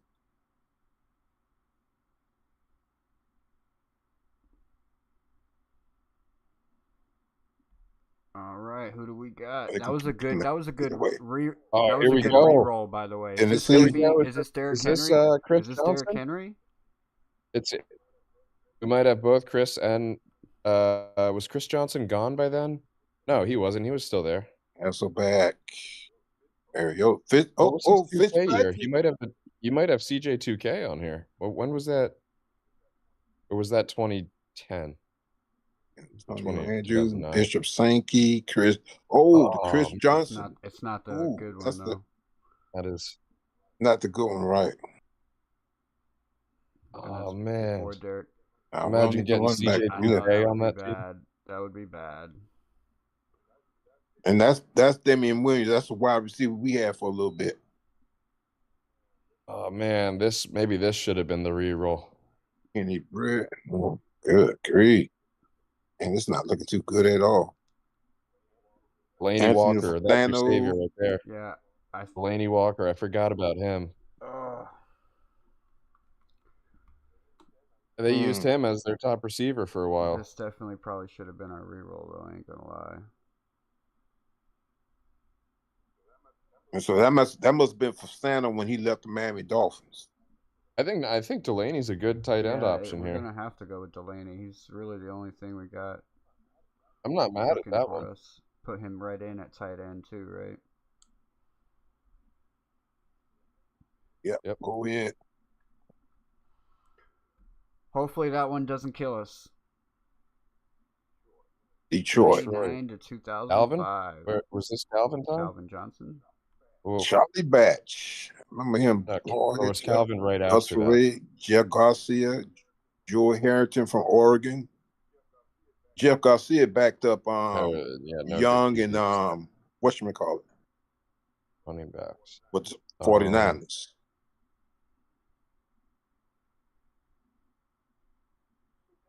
So that's where Kevin Jones went to.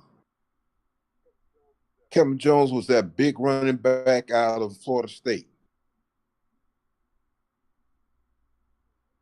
Wait, when was Calvin Johnson? Was that 2006 or something?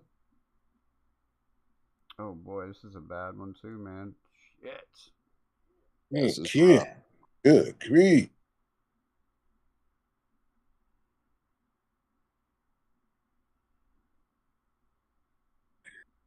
Man, oh man, oh man. Oh man. I think you go maybe one of the running backs and just put it at the oh. Actually no, maybe not flex. I don't know.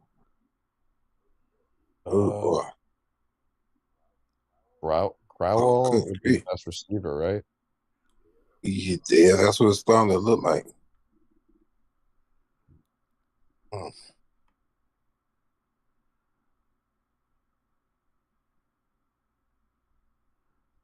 Whew. I think it's either. We gotta. Man, that's terrible. We're not. Oh man, I don't like our offense on this one. Oh man. No, I think it's in good shape. I think it could be saved by a top tier QB and running back. And look at that. New England. Yeah, it is. 2005, Tom Brady. Does that say 5? That's not a Super Bowl year. That's not a Super Bowl year for him. But I mean, not bad. Andy Moss year is the year you want. Who do they have a running back that year? Yeah, Corey Dillon. Corey Dillon, 2004, 1,600, 12 touchdowns, 1 receiving touchdown. That's not bad. I'm gonna tell you something. Kevin Falk wasn't that good that year. All right, so it's between. Is it value outside of the year? It's between these 3 players. I feel like. Well, no, I gotta go. I got to go with Brady. Either Brady or Dylan. I go Dylan.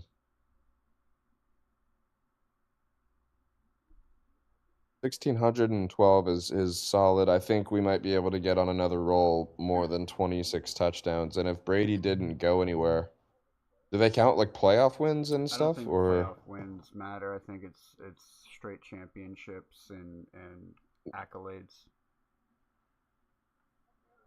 41's not that crazy for Corey Brady. Dillon. I hated playing Corey Dillon. Good. It's not a bad year for a running back.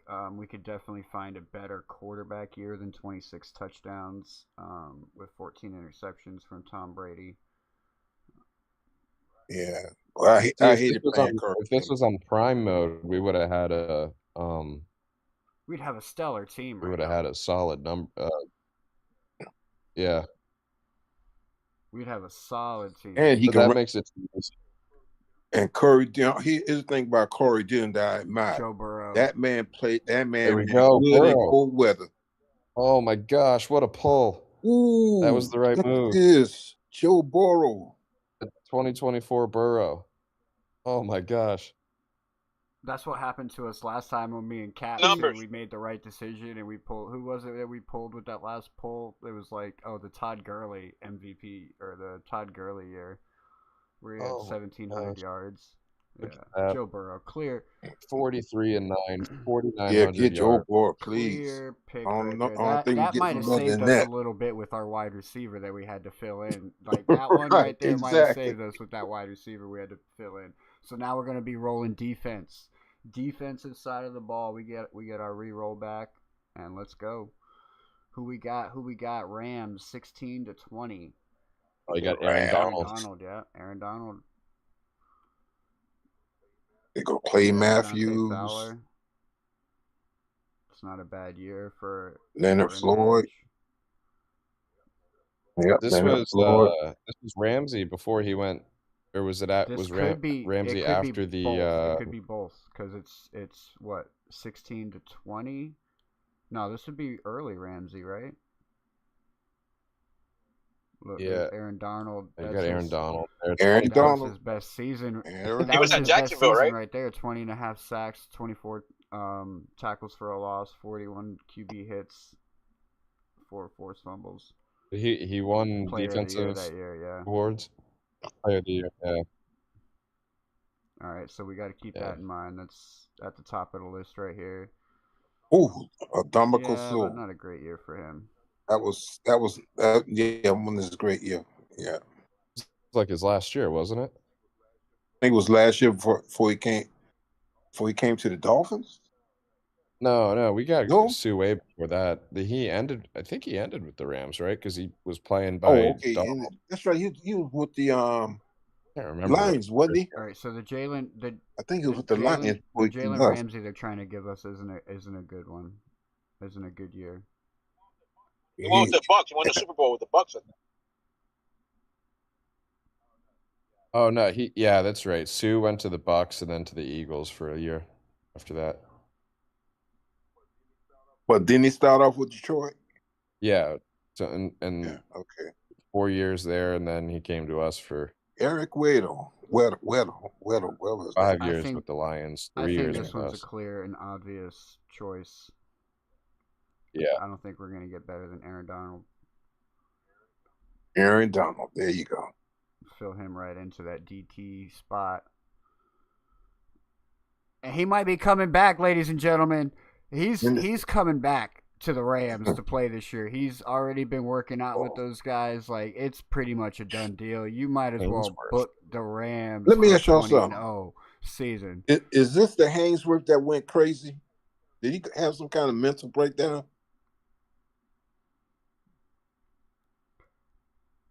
I don't know. You think that was him that he had some kind of mental breakdown, something like that. Oh no. Who? Hainsworth. You got This isn't a bad. Yeah, Keith Bullock. This isn't a bad edge. After Washington. Oh, you talking about Badly? Yeah, that's not a bad year. 12.5 sacks, 16 tackles for loss, 2 forced fumbles, 48 tackles, 26 QB hits. There's some interesting guys here. You got Bullock and Roll, Samari Roll. Javon Curse, that's not a good year for him though. That's not a bad year there. Kyle Vanden Bosch. 4 forced fumbles. Yeah, we had Randy Starks for a little bit.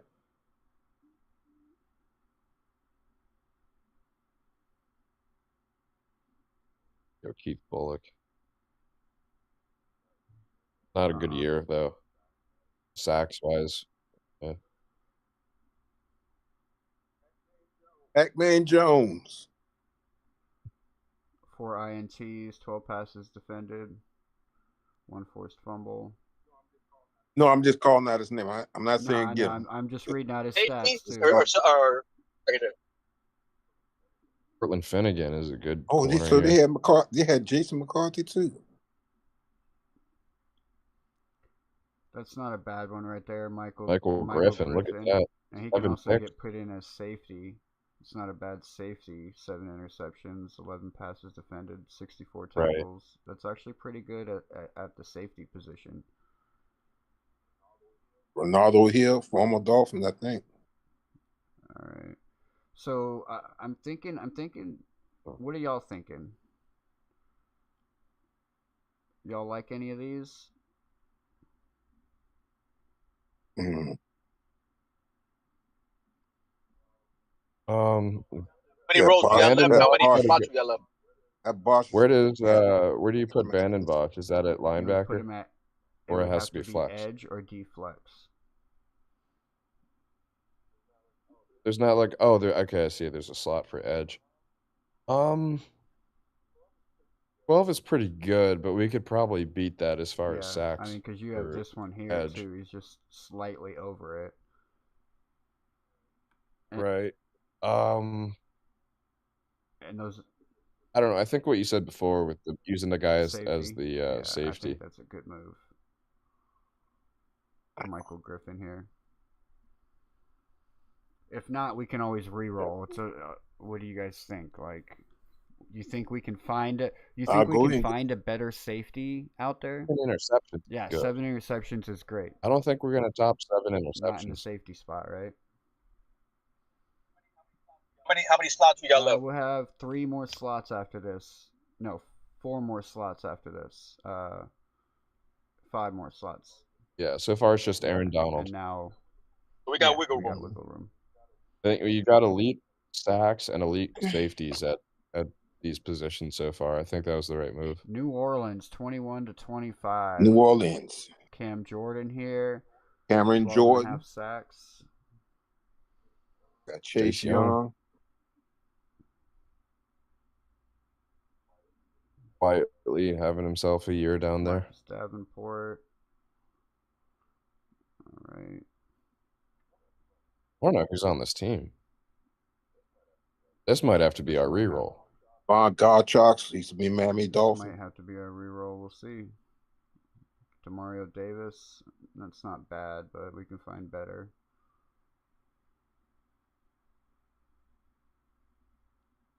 CJ Gardner Johnson.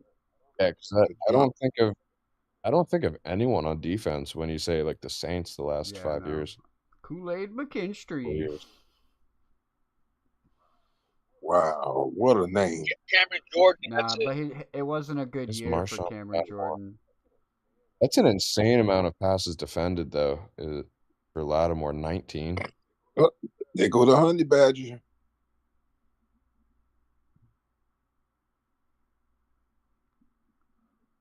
I think this is a reroll.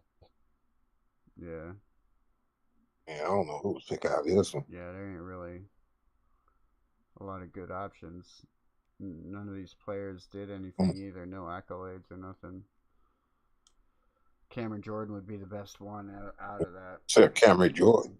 But I think we can find better at both of those positions, linebacker and edge. Yeah. Okay. Yeah.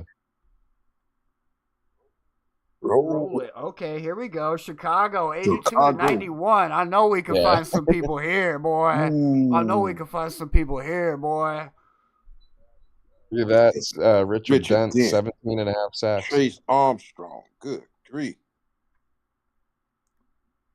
I know we're going to find somebody here. That was a good re-roll. Steve McMichael. Mike Singletary. Boy, look at these Sending players Mr. here. Polk down memory lane right now.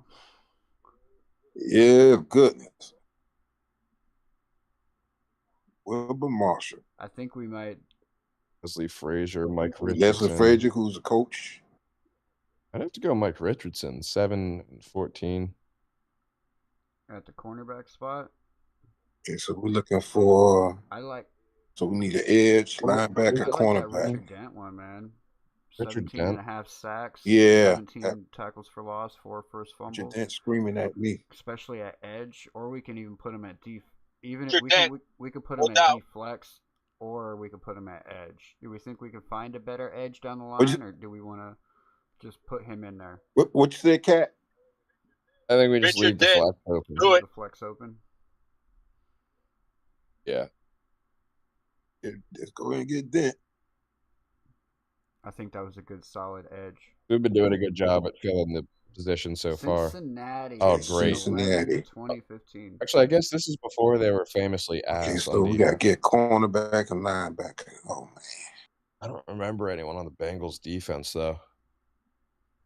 Was this the guy that was Atkins, that's put the not hit bad. on? Was this like perfect? Is this perfect years, or was that? Oh, Carlos down that. We had Carlos down that for a little while. That's not a bad pretty good year, year. too. Like for a linebacker, 13 and a half sacks. No interceptions, but 2 forced fumbles. But I think the tackles are really low. And he did a little time with the Miami Dolphins.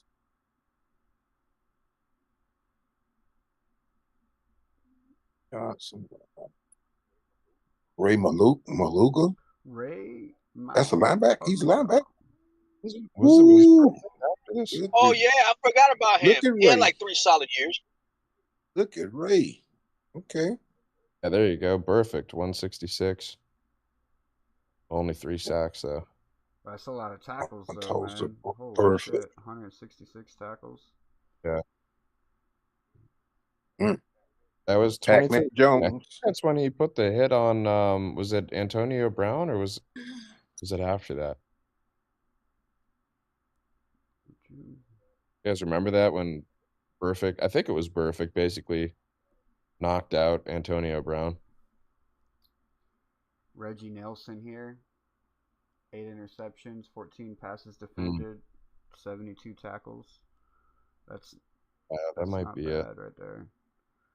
It's either that, in my opinion, either Reggie Nelson filled in at the D flex spot, or who was that other guy? Ray. Oh no, not Ray. Perfect.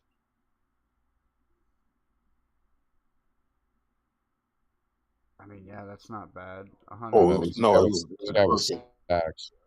Yeah, Perfect and between Perfect and the other guy. The edge rusher, I think. Yeah. He might have been listed as linebacker. Dunlap. Yeah. I think the tackles kill him, though. 55 tackles. What do you guys think? Oh boy. So between him and Perfect. Well, you also have I think the corner. Nelson too. 8 interceptions, 14. Yeah, I think you do. I think you go to the corner. Where do we want to plug him in at? Plug him in straight at 15 picks between the 2 DBs. I'd say corner. Leave that edge open. You can put another corner there if we need to. I would fill the flex. Fill the flex? No. I would leave the flex Put him in open at corner. as late as possible. Yeah. Now, if we see another corner, you could just put that at the flex. Yeah, I know. It's just that corner spot is what gets us our 1.2 points the flex is just. Oh, there's like a Yeah, bonus yeah, for it. yeah. We might not see better than 8 picks, though. It is That's pretty good. That is pretty good. I mean, like the New only way you're gonna Orleans. get better is like Jalen Ramsey's year. Like, there's only a few cornerbacks out there So we that's gotta had. get Well, they linebacker. brought us back to the Saints, huh? At least this one's older, though. I don't remember the team. Linebacker on the Saints. I don't recognize some of these players, period. A lot of sacks. Okay. We're getting their Yeah. sacks. Were these the early Drew Brees? Two of those guys are from Were these 2000. the early Drew Look Brees at that. years? They had... Didn't they go to a Super Bowl in this time? Wait, was this the Bounty Gate defense? I think it was. I think Bounty Gate was... Maybe it was after that. Maybe it was like the late 2000s. Do you really? I do They not have like recognize these players over they here. had the guy from the University of Miami, right? What's his name? He played the middle Look at this linebacker. right here. Well, there you go. Leroy Glover 17 sacks, 7 tackles for loss. might have to be the flex. That's Whoa, probably going to be okay. the plug Okay. and at D-flex. Yeah, and let's see what, unless they got someone better for us. That's not bad. Vilma. Remember Charlie Jonathan Vilma? Clemens here is not bad. Charlie Clemens. You talking about Vilma Cap? Yeah, I'm surprised he doesn't have high numbers. Will Smith. Look at that. Let's go Will Smith. In Miami. Remember this. This defense. Sammy Knight. I know None of y'all them guys. know Yeah. Sammy Knight. Oh, they go Sammy Knight. Yeah, I remember Sammy Knight. That's not a bad year. I remember a little bit of Willie Clay too. I think that's the play, ladies and gentlemen, at D tackle. And then whoever we get at linebacker is going to be who we get. Because there's nobody better than this one right here. Yeah. Yeah. Why it was good we put the corner where we did. Yeah. All right, here it is. Cleveland, Linebacker? 2011 to 2015. This is too bad it's not a Myles Garrett. Oh, yet. gosh. Barcavius Mingo. Wasn't Barcavius Mingo the one that got in some trouble with, like, he did some crazy shit with, like a child or something? I'll look it up. Cleveland linebackers? That's what we're looking for, Yeah. linebacker? And this is before. Carlos Danby. Before the Myles Garrett era. Mm-hmm. Look, Paul Kruger, but he only has 49 tackles. How many spots This we is got the left? last one. This is the last spot. Let's see if they have anybody. What are we missing? Yeah, just Linebacker? linebacker. Yeah, it missed just linebacker. Let's see if they have. Oh, Yeah. crap. We don't have a lot of good options here. DeQuell Jackson Want to bite the bullet has on this one. 149 tackles, 3.5 sacks, 12 tackles for loss, 1 interception, 3 passes defended, 1 forced fumble. The next best. They're like about. I think the next best one is the guy at the bottom here, Paul Kruger, with 49 tackles, 11 sacks, 12 tackles for loss, and 4 for forced fumbles. What about the position? Does it count for linebackers more the tackles than the sacks? Or is it kind of even across the That's positions? a good question. Because Carlos Dansby had a pretty stout year there. He didn't have any I know. sacks. You got this guy here that has more tackles and more sacks. Oh, yeah, DeQuell Jackson. Yeah, so that's what I'm saying. It's either between this guy. I think that might be the guy. Yeah. Probably need to go with Jackson then, unless y'all want somebody else. I have a feeling it values the sacks more for the edge and DT, and for linebacker, it's probably valuing the tackle count. Yeah, I would go DeQuell. How do you say that? DeQuell? DeQuell Jackson. DeQuell Jackson. I mean, that's a solid year. Yeah, that's not bad. I mean, it's really not. An interception, a forced fumble, Considering 5 sacks, 150 tackles. Was Myles Garrett there yet, or was this right before Myles Garrett? Hey, I can honestly say that's the first time I've ever heard a player's name that I've never was familiar with. That's the first time. What's his name? Well, as a Brown. DeQuell. DeQuell Jackson. That's All crazy. right. So what do y'all think we went? All right. I think it's a three-loss team. I think we're 16-4. Oh, I got. Let's see, I got I think answer. between Rowell and 16-4, 17-3.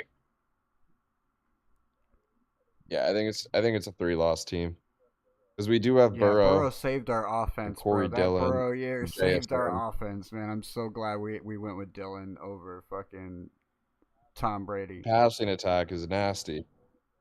JSN and Santana Moss. Yeah. I think it's a three-loss team. We got Aaron Donald. Oh yeah, we got Aaron Donald. Like, We got interceptions in the DB room. all right, let's figure it out. What do we Got got? Glover. What do we get? 18-2. Who? We did better than we thought. Look at that. Again? Who was the worst? I'm guessing we know who the worst pick was. It's Oh, it not doesn't tell telling you. us. So I mean, none of them were the worst pick, I guess. None of them held us back. So why didn't we get 20-0 then, if that's the case? Why didn't we get a perfect season? This roster has no soft spot. Even its lowest grade, Michael Griffin, is a top third pick at his position. The 20-0 bar What was is the other just brutal, is what it says.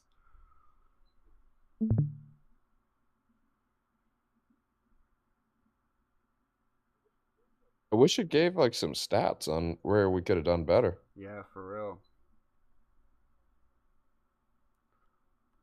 Like, where could we have done better? I think it's basically saying once you get to that 18 level, you're pretty much pretty good.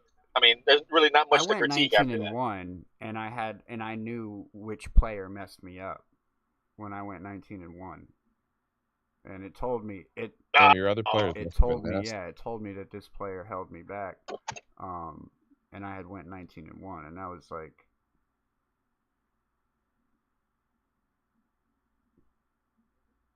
I mean, this is like I said before. This is basically Yahtzee. It's like the concept of Yahtzee with football stats instead of dice. No, I love it. This shit's so fun, man. Like, whenever I have free time and I'm bored, like, what do? I just hop on the website, and from now on, that's what I'm gonna be doing.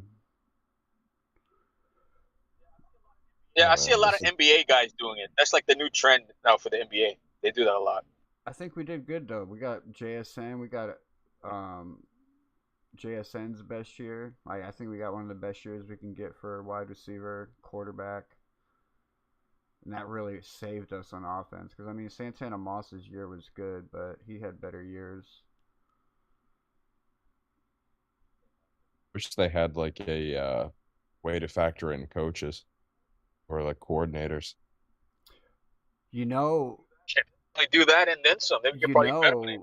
You can do fantasy football and you can add coaches into your fantasy football league. How does it give you points for it? Is it like win-loss or where their team ranks in win-loss stats, point differential, yard differentials? So it's really interesting. I'm gonna play around with it throughout this year. I'm gonna join a league or create a random league and let it be open to just randos out in the world, and just so I can play around with it and see what it's like, and see World Cup finals on. I forgot. See how it adds in. All right, I'm gonna go grab a quick smoke, and then we're gonna run some fantasy football. Nice. I'm gonna do a best ball draft. What do you mean? What do you mean? You can do fantasy now? We're gonna run a best ball draft, bud. So, Cap, are you familiar with best ball? No, what is that? We did one. So it's remember we did one for the playoffs last year. Remember? Oh yeah, that's what it is. So, Cap, you ever looked at your bench after a fantasy football week and been like, "Damn, I should have started this guy instead," and you made the wrong move? Now it's best ball. You don't have to deal with that. It basically takes your best scores and automatically applies them. so you don't really so have to you don't have to manage the okay, yeah. bench. It just takes your best. It's borrowing the concept from golf, where if you're playing with like 2-on-2, whoever hit the best ball on that shot is the one that you hit from next. It's taking like that concept and it's applying it to fantasy football. Interesting. It's kind of like bowling with bumpers. Okay. What's up, Mr. Paul? No, I had to answer my lady's phone call. So it's important.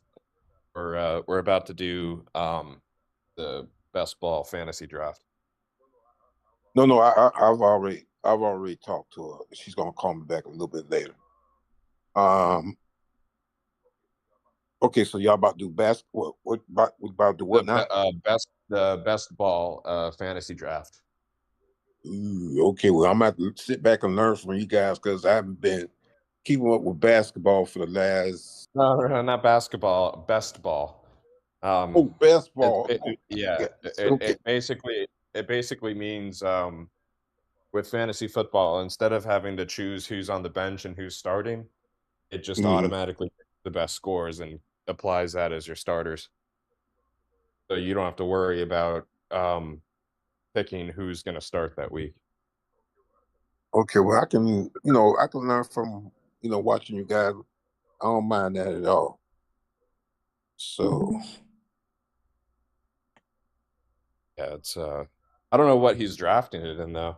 Maybe he's in I'm not sure what he's doing. Maybe it's just like a mock fantasy draft or something he wants to do. Mm-hmm. Hey, where you at, Joe? You still in the States? Yeah, I'm home for a little bit. I might have to go to California in the next week or so for a new customer, but I don't plan on doing any traveling until September. I'm going to go to Canada, Philippines, and then back to China. Okay. I got a feeling somebody in China. Yeah. Yeah. Ain't nothing wrong with that, Joe. Ain't nothing wrong with that. I spent some time with her. Actually, I'm going back to Chongqing and then going to Chengdu and then Shanghai. I'm going to be kind of bouncing around China. Yeah, it's best to do it while you're young and while you're physically able to. I tell you that anybody that quick. Yeah, I don't want to wait till I'm like either retiring and then not have like a horrible knee or something. Right. And not be able to go to half the places I go to. I mean, I'm already almost there. Like I'll get done walking the stairs at like one of these like temples or something, and I'll have to like soak my feet in a hot tub. Yeah, and by chance you mentioned knee. That's the reason why I can't really do too much because right now I got on my left knee I got bone on bone, so that means I can't do too much walking and standing. But I still move around pretty well. I just know I know my limits. I know when I got to stop and take it easy. Yeah. Yeah. But it feels good not to be able to say, yeah, I am retired. Yeah, looking forward to it. I actually just used AI to create and code a website so I could store all my travel pictures and videos and stuff. Oh man, that's good. Yeah. I write like a journal entry basically on each place I visited, and I also rate it. So that way I have it like kind of just stored somewhere so I don't forget these things. Right, And man. yeah, it was cool. I always wanted a centralized place to keep all my photos and everything. Yeah.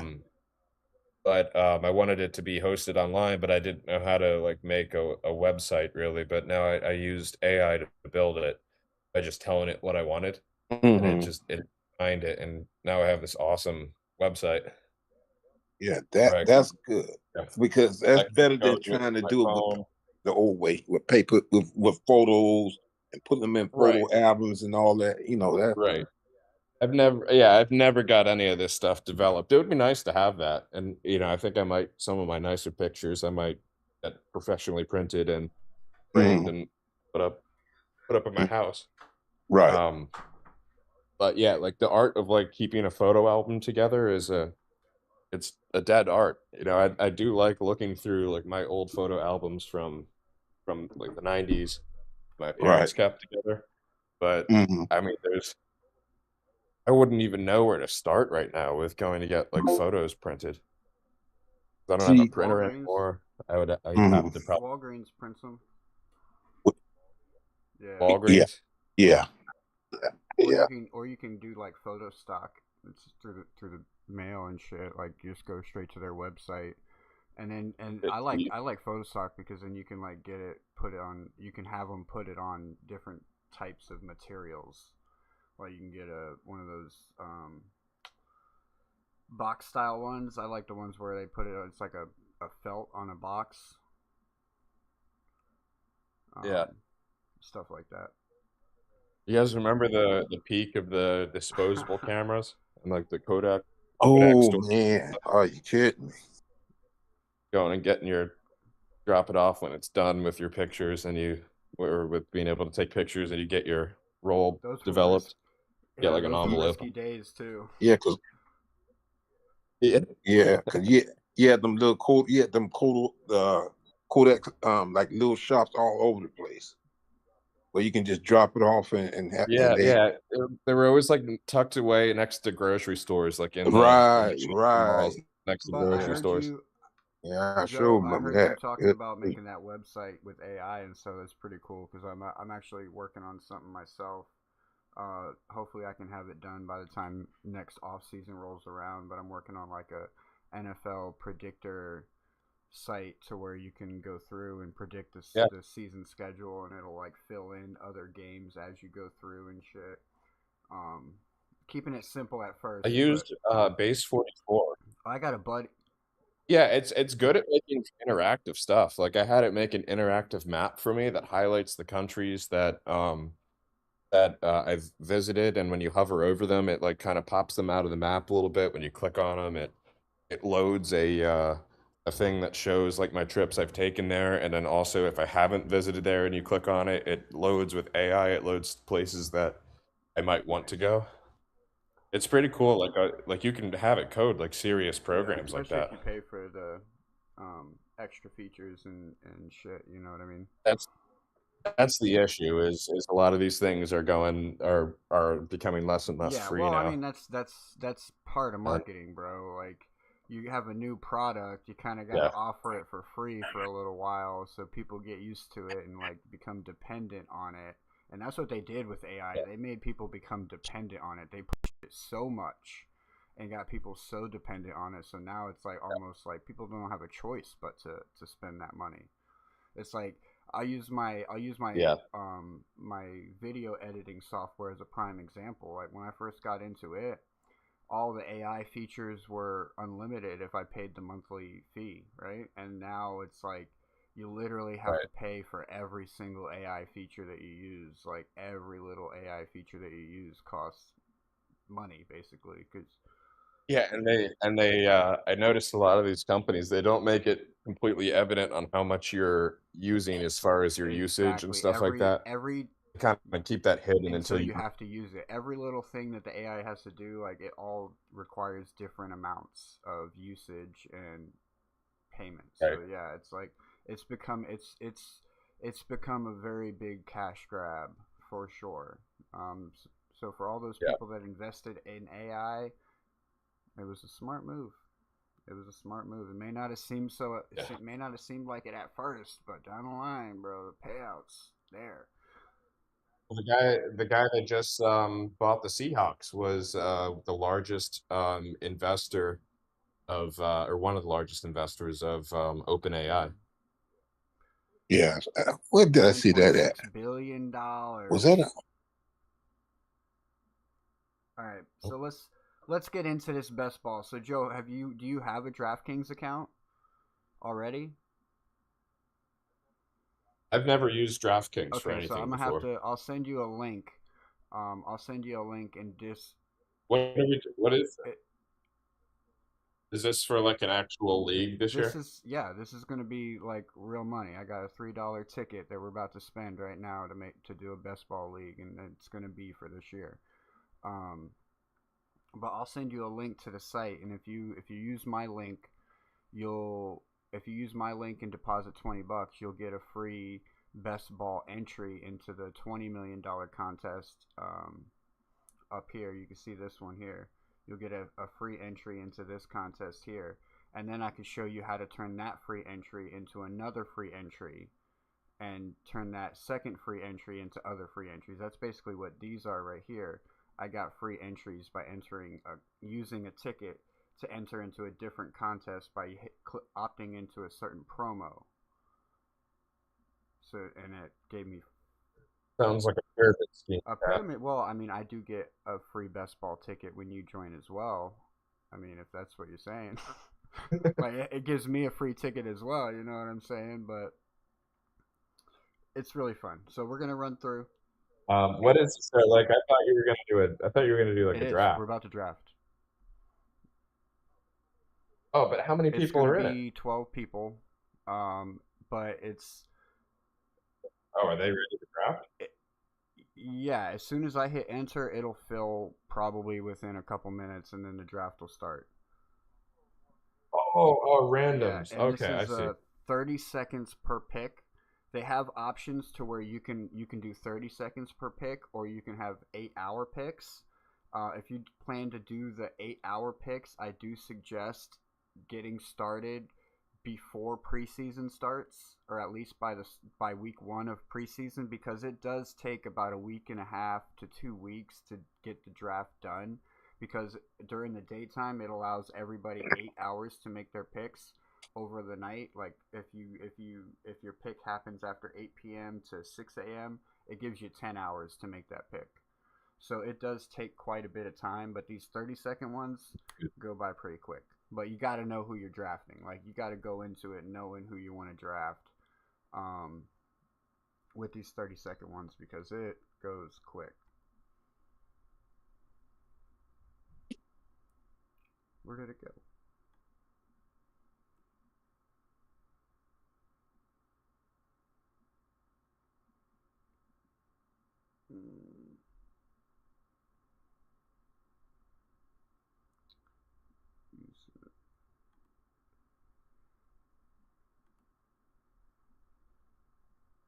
Alright, so what number are we? Let's do 30-second here.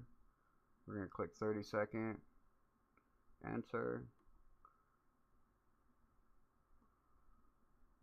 Checking my location.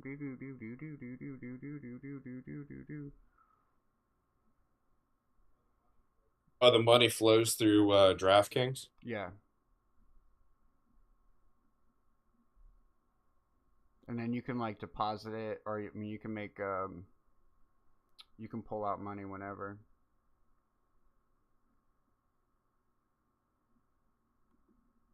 All right, so I think we're probably gonna have pick number 7 to start, because you can see here 7 of 12 entries in so far. So we might be looking anywhere along these lines of Jonathan Taylor, Amon-Ra, or Christian McCaffrey to start as the top 3 available. Boom.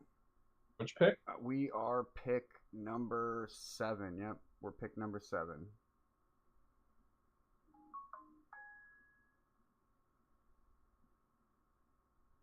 It'll start in 1.5 minutes. This is going to go quick. So we're either going to have, like, from Christian McCaffrey down, we'll have available. I think if Christian McCaffrey's available at 7, I got to take Christian McCaffrey here. He proved last year that he could have a good year. I think he can repeat that success. But I wouldn't be opposed to Amon-Ra St. Brown or Jonathan Taylor either. I'm staying away from Justin Jefferson because I'm not too sure about Kyler Murray or J.J. McCarthy. Like, yes, Justin Jefferson he's a guy, but he showed last year that he also needs a quarterback.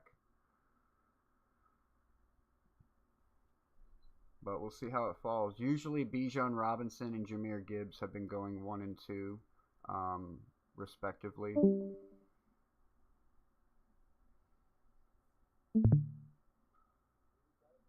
Who was that? And who in Gibbs? Bijan Robinson and Jahmyr Gibbs. Oh, you mean that? You mean the person everyone's been freaking out over all off season? Achan isn't the best guy He's here. actually number 19, bro.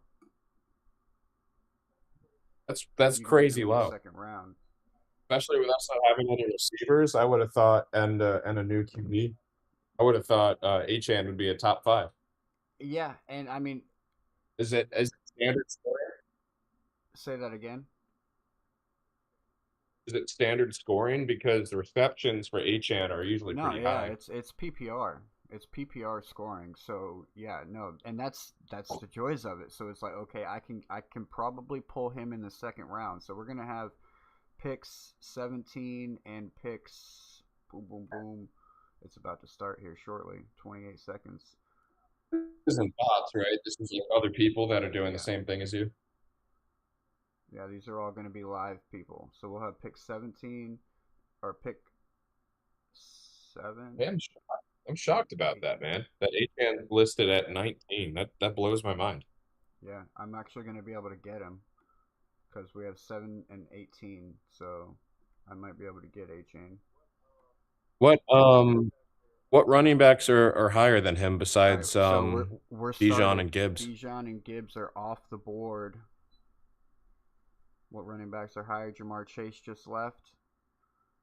You got Christian McCaffrey, James Cook, a lot of them. Derrick Henry, Jackson Smith, the Jigba's there. He just left. Christian McCaffrey falls to us at pick 7. Yeah. I mean, he's proven his health.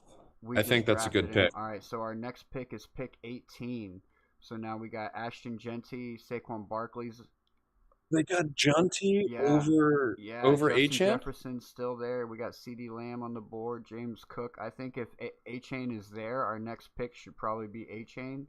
Just go with a 1-2 punch at running back to start this off. Oh, you know what it is? I'm probably assuming because Mendoza's in Vegas that Genty's going to have a big year with a rookie QB. Yeah, probably. That's crazy. Got James Cook just came off the board. CeeDee Lamb still sitting there. That could be intriguing. You know, something we're not. If CeeDee Lamb sits there, if CeeDee Lamb falls to me, I might have to take him. I would too. Over Achan? My mind is still blown. You would take him over Achan? I mean, oh, he just got picked up. That's off the. Well, considering you have CMC, I would have because you made your first pick as a running back. The running back 2-punch combo in the beginning is, especially with both of those receiving running backs, like that's true. There's not that many. You're gonna have an ultimate weapon at fucking running back. Ashton Genty just came off the board. Oh man, and he's got a Q next to his name. Jalen Waddle just came off the board. What? That was a reach. All right, so we got Kenneth Walker. I think people are high Brown. on him because we don't have another pick. I mean, I would go. Is this a team you're actually keeping throughout the year? I would honestly, I would go Achan. I had to be quick. I was running out of time. I got him. So we got Achan and McCaffrey to start. We don't have another pick until. It's fucking nasty. Yeah, no, that is a good 1-2 punch. We don't have another pick until pick 31. Pick 31. So there, we're probably going to be looking at a wide receiver. What's up, bud? Good luck. Emeka Egbuka. Got Zay Flowers. Javonte Williams is in that area. Golly. But that's too many running backs early. Because you have flex spots also. I think Devonta Smith. if Devonta Smith is there, you got to take him because now without Right. AJ Brown, it might his I don't time think to he's going shine. to be there, though. Why is it going down? I want it to go up. Well, if everyone else was picking at wide receivers while you were getting running backs, you might have a shot.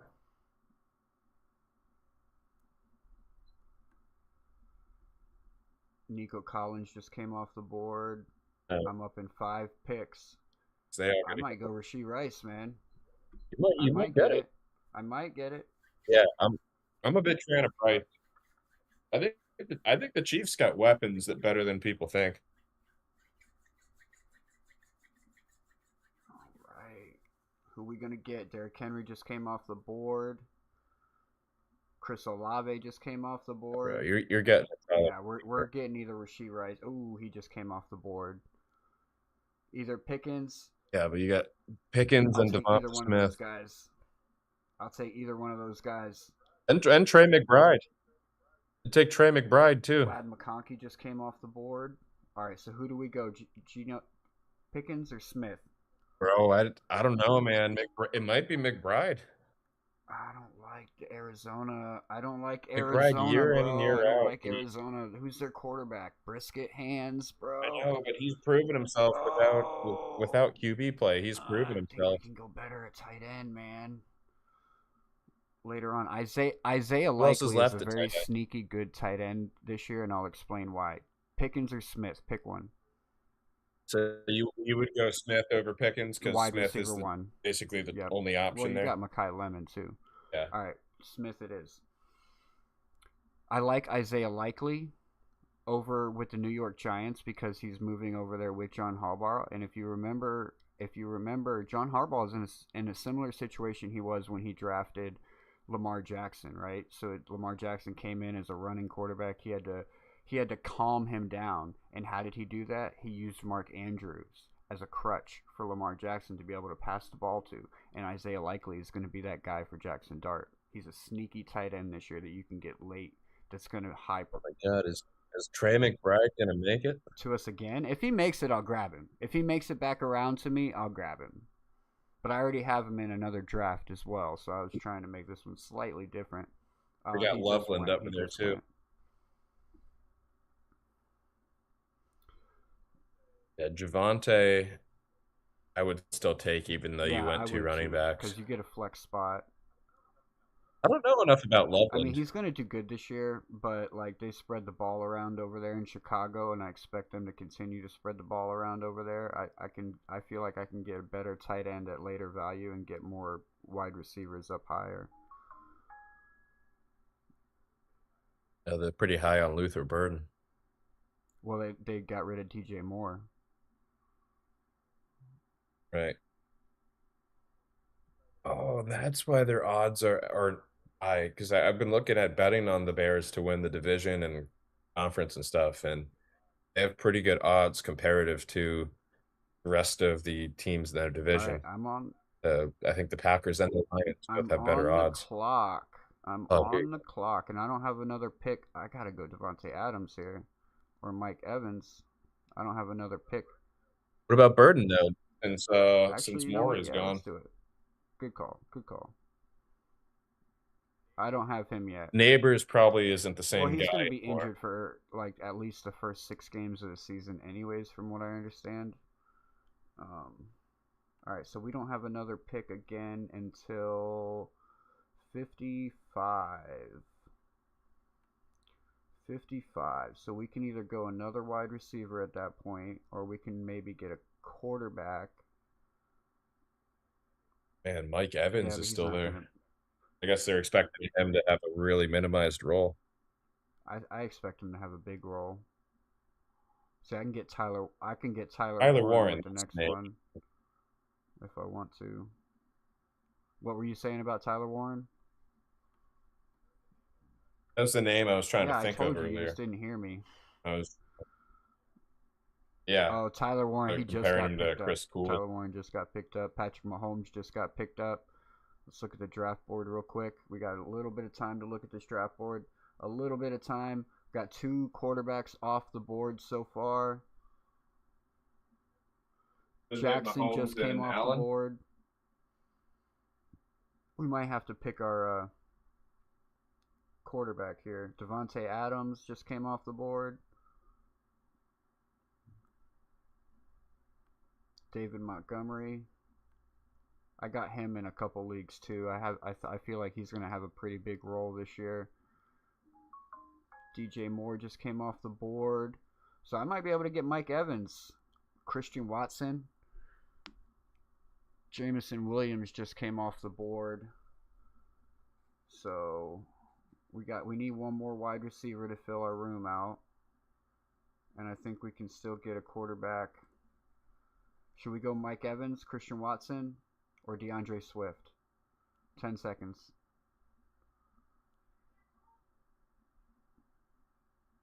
Mike Evans it is. Alright, so we got another pick. We're going to have another pick here and a couple picks.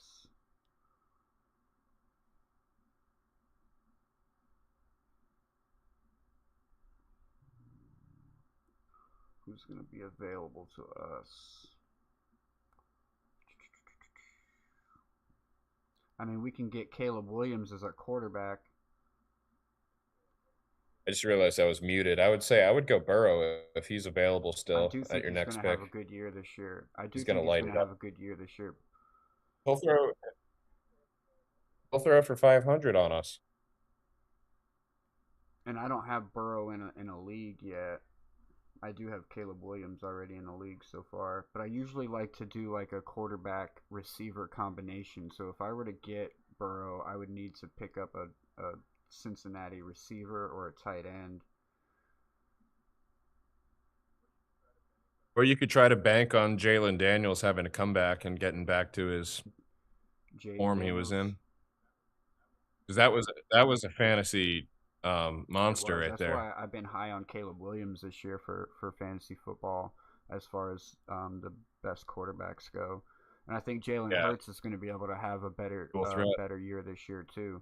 And he has that tush push available, so he's kind of like got the Josh Allen factor where you can almost guarantee a rushing touchdown every game.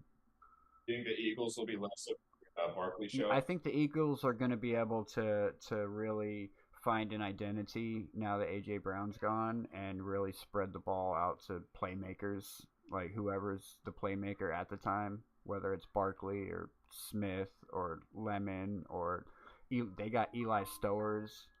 All right, so I'm on the clock. You got Dallas Goedert over there. I remember you were high on it. Who should we go? Jaden Daniels. Joe Burrow's gone. Burrow's so gone? Jaden Daniels. All right, we'll go Jaden Daniels here. Yeah, I think Jaden so. Daniels there. The next pick, we'll see if I could get Ja'Cory Krosky Merritt, and we could also get some of their wide receivers too. All right, so the next. It's interesting. Parnell Tate is interesting to, like, if M. Ward figures it out or uses him as a crutch, Parnell Tate could actually be a huge fantasy factor this year. I actually have him drafted in one of my leagues for that factor. All right, so we still need tight end, flex. Oh, you got Caleb Williams is still there too. I know. I got to draft two quarterbacks. Because you're going to have one of them on bye weeks. You got to be able to cover your bye weeks. And plus, the way best ball works is like whichever quarterback has a better week, it's going to get filled in for you. So, but where I draft the quarterbacks, it's kind of like depends on how you put your team together, right? So, if Caleb Williams is still there, I might be tempted to take it. Because we do got the Luther Burden connection. What's up, Cap? Welcome back. Where we at? We at round 7 of 20. Yeah, halfway through. Almost halfway through. Caleb Williams going to be gone. Oh, maybe not. Oh, now we're going to have tough decisions because we can get Jalen Hurts as well. If Cat for Life is drafting, he's gonna lose. He's gonna drop half these guys by week 2 anyway. Well, that's a good thing is you can't drop any of them. It's best ball. All right, so should we go? Oh, so you're stuck with the Yeah. the So should we go Caleb Williams here or not? Wait. Oh, I mean, what Yeah. about bye week? Yeah, if you can't do ad drops, I think you got to go ahead and solve the backup QB Yeah. here because QBs They go just down like crazy, auto-drafted for me. especially with They Jaden just Daniels. auto-drafted for me. Yeah. Oh, it did? 30-second picks, man. You gotta Well, I think- you gotta be ready for it. All right, so I gotta pick at pick 90. That's who you wanted anyway, right? It was So Caleb. Jaden Daniels and Caleb Williams we got. So now we got to find somebody to pair with Jaden Daniels, whether it's a receiver, a running back, or a tight end. We still need Well, a tight end. you We still still need need your a tight tight end, right? end. And all the tight ends that we could possibly dream of are still here. Fannin. I'm high on Fannin. Oh, he's still got Kittle there. I'm not high on Kittle though. He never really. Well, LC. Chicago's tight end. Chicago's tight He's end played already pretty gone. good, though. Remember, here's LC might Oh. have a likely. there's that Yeah, likely. I think Yeah. he's still got options. Lots of options. Wait, you're not gonna grab Dolchich? He's way down here, bro. He's like way down here, bro. That's rough. That's rough. Did Darren Waller retire, or did he find a team? I don't think he's on a team.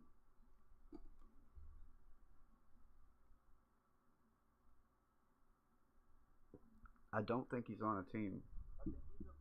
I think he's available, and Diggs is available still. Yeah, Diggs is still available. We still need a flex spot. Tyreek Hill's still available. Tight end. And Cheetah, yeah, that's right.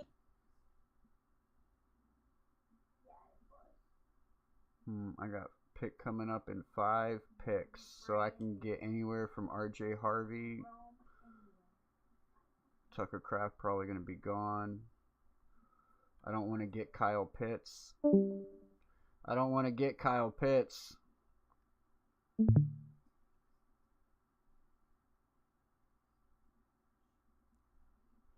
RJ Harvey's not a bad option for a third running back over there in Denver. Rico Dowd was I still know there. he's not a bad option either over there in Pittsburgh, but I think RJ Harvey would be a better option for another running back. What about Laporte? Yeah, I'm up. You're up.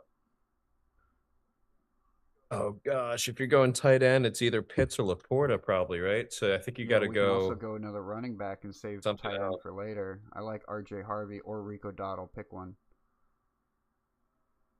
Outl.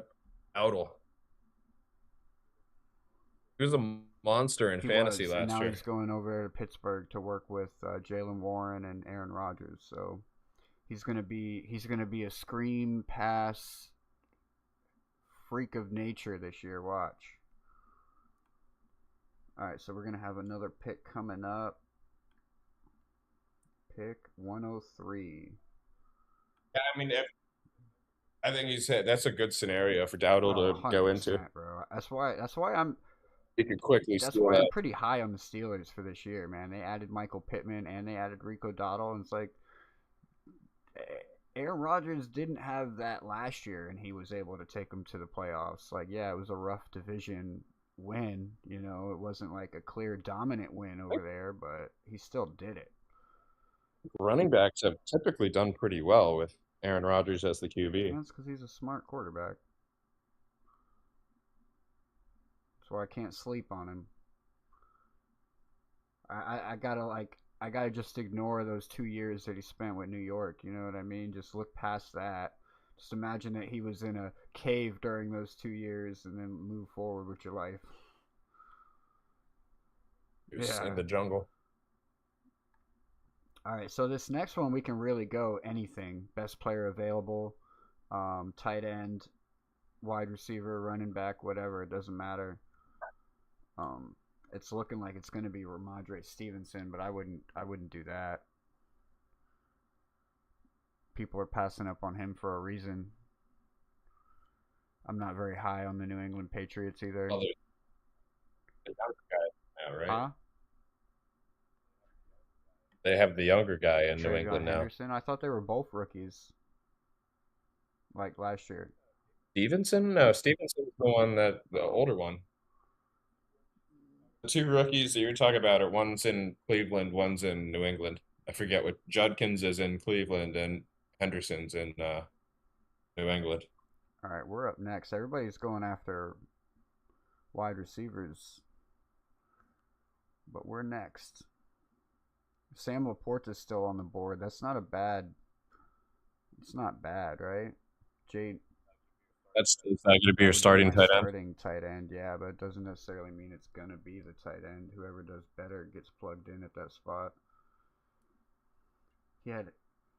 Right. He's questionable. Didn't finish the season last year. I got to pick. It's either that or Dak Prescott. I can't let it be Dak Prescott. I was running out of time. I think that's the right wasn't a bad pick. I was already ready for BPA at that point. You know what I'm saying? I can still get Isaiah Likely or another tight end later on that has the potential to start in its place. You think Kyler Murray's going to start in I think he's Minnesota? Gonna start, yeah.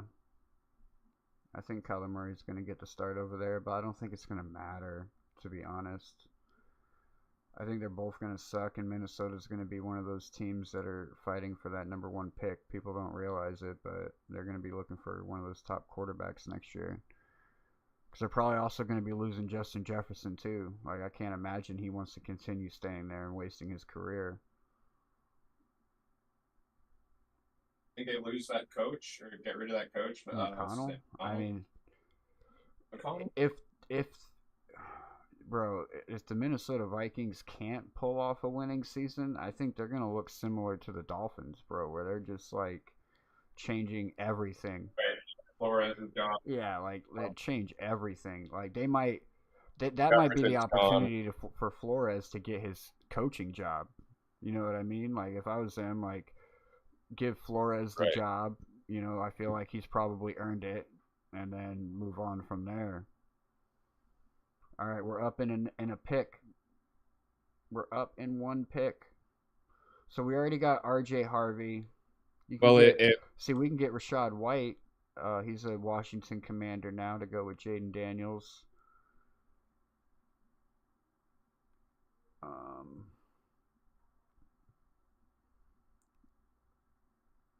I think that's a. We already got R.J. Harvey. Yeah. I'm gonna have to go receiver next. We're gonna have to go receiver next to start filling in some of the bye weeks because we got 2 receivers by week 10, so I need 2 more receivers to cover that bye week. We're gonna need another tight end, at least 1 more tight end, and 2 more receivers, and then anything else can just be best player available. You can go Chris Bell. Yeah, I can get him very last round of the draft. He's been going undrafted. I think you go Likely here if he's still there. I think I have to go Likely here. I am pretty high. I do think that Likely is going to have a really good year this year, having familiarity with John Harbaugh and knowing that John Harbaugh used Mark Andrews to kind of help Lamar Jackson become a better quarterback. And it's basically what John Harbaugh is doing again with Jackson Dart, right? He's basically just taking another version of a Lamar Jackson and kind of just making him a better quarterback, making him play smarter, you know? Like last year, Jackson Dart showed a lot of promise, but he also, I feel like Brian Daboll was ruining his players, in my opinion, to try and save his job and put Jackson Dart and Cam Scatterbo in a lot of bad situations. Like it showed it when Brian Daboll went rushing into the blue tent to try and figure out what was going on with Jackson Dart on that concussion, on that one hit. I don't know if you remember that game, but I think Brian Yeah. Daboll kind of messed up these young guys' careers to try and save his own career. That's just my honest opinion. I could be wrong, but that's what it looked like to me. Where's Dayball now? He's a offensive coordinator for the Tennessee Titans, I believe, over there with the guy from the Jets, Robert Saleh. Mark Andrews just got drafted. J.K. Dobbins just got drafted. Isaiah Likely's still there. Blake Corum just got drafted. Oh, Isaiah Likely just got snagged up, you son of a schmugger.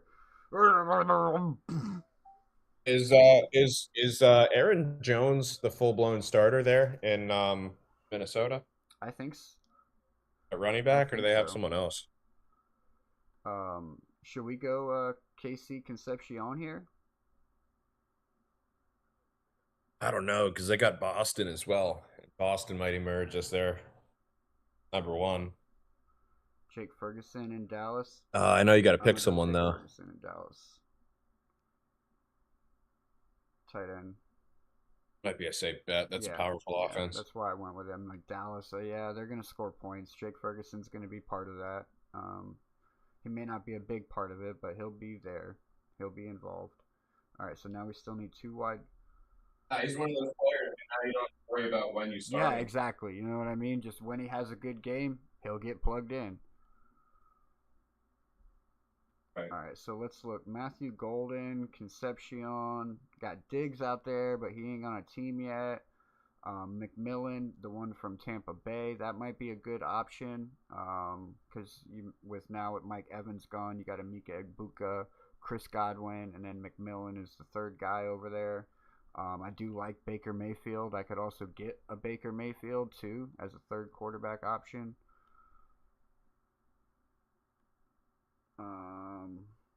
I mean, Malik Washington.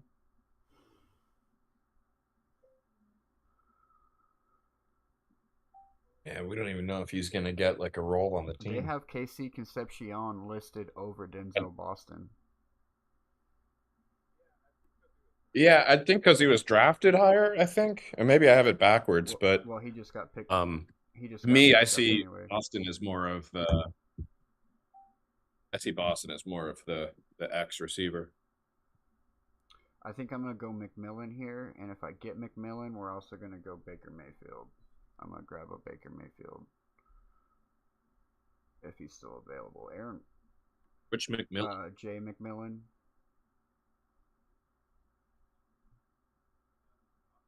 Is that on the Bucks? Yeah. Jalen McMillan? Oh, I think Baker Mayfield's already been picked up, though. He has been. You could always go Malik Willis for the possibility. I already have him in a draft for the possibility. I have him, Washington, and Dulcich. Right. All in a draft for that possibility. Right. In case the offense does actually run through him completely, like I mean it's running the ceiling is there. Whether he can find the ladder to reach the ceiling is the question, right? I mean, the ceiling is there. It's there. But it's a tall ceiling. It's really tall. You got to get a big boy fucking ladder, one of those like 3-story ladders, and reach up there pretty high. But it's there. It's attainable. But it is going to be all on his shoulders. Deebo Samuel, go with Jaden Daniels. Look at that.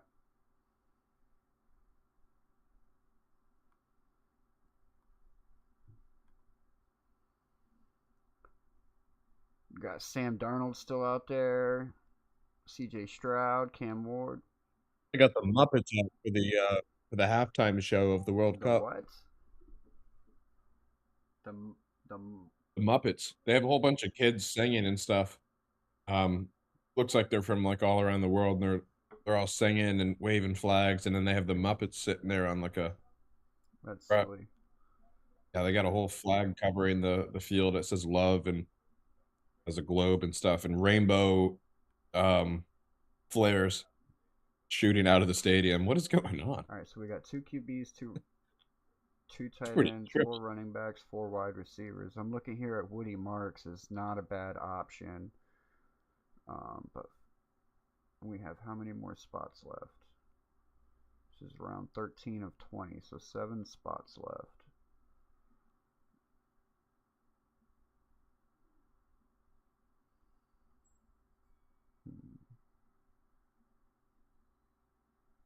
Aronde Gadsden wasn't a bad gadget tight end last year in his rookie year. Neither was Brenton Strange, even though that wasn't who I was trying to click on.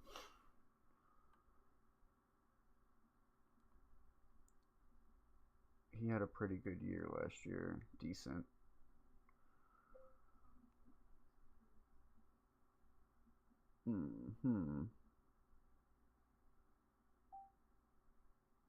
Daniel Jones just got picked up. I'm next. Who should I go? Woody Marks? Aronde Gadsden? I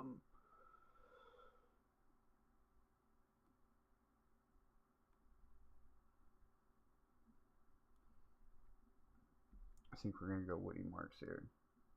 Because if David Montgomery goes down over there in Houston, Woody Marks is the guy. It's already going to be a split backfield. That's how they ran it last year. I imagine it's still going to kind of run through Woody Marks for the most part, even though they do have David Montgomery listed higher. So I think that's a good sleeper option at running back if you're not able to get good running backs early. And again, we got Christian McCaffrey and Devon Achane, so we should be set at running back. But I mean, if one of them gets injured, gotta have a solid backup. Gotta have a solid backup in both. Who's the Titans starting running back? Tony Pollard. Is it not? I thought it was Spears.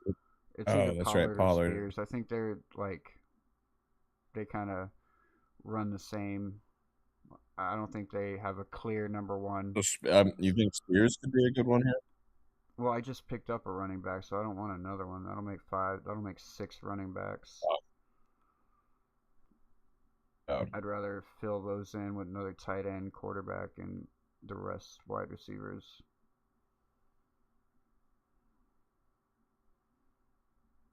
What quarterbacks are left? Let's see if we can get Aaron Rodgers. Let's see if we can get Aaron Rodgers since Baker Mayfield is gone. Malik Willis is gone too. I think Aaron Rodgers is the last one left that we can. I mean, we could take a risk on Deshaun Watson, right? If he comes out if he's looking like the Houston Texans, Deshaun Watson, or Fernando, we could go Fernando. But I don't think he's going to get the starts. I think it's going to be Kirk Cousins. So you're like banking that he ends up getting a start at some point. Yeah, it would be a bench thing until late season. I mean, I'd rather get somebody who I know is going to at least start all the way through. But again, Aaron Rodgers is old, so it could be a situation where he fucking gets injured late in the season. But I haven't been able to get an Aaron Rodgers yet, so we're putting him on the roster. Although I didn't have anybody to pair with him. I didn't get a... You just got taken. I just drafted him. Oh, you drafted him? Oh. Yeah, because he probably wouldn't have made it back to me if I would have waited one more round.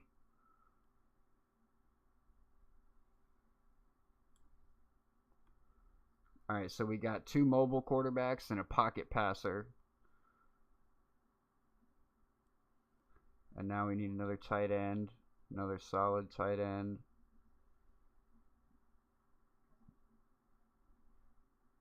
Deke. If he falls, we'll take him.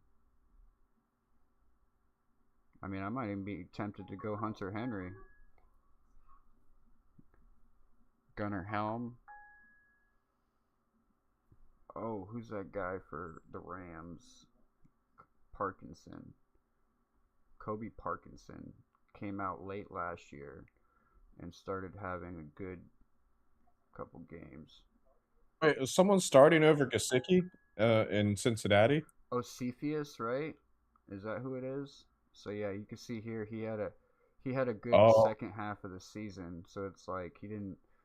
It took him a little bit to get in sync with Matthew Stafford. So I think this is the guy for the next tight end, bro. I think he's gonna have a much better year. Like if he starts his year with numbers like this, you know what I mean? Like how he finished the year. Look, he even had rushing attempts. Um, did have a fumble though. Couple games with touchdowns. I like this one.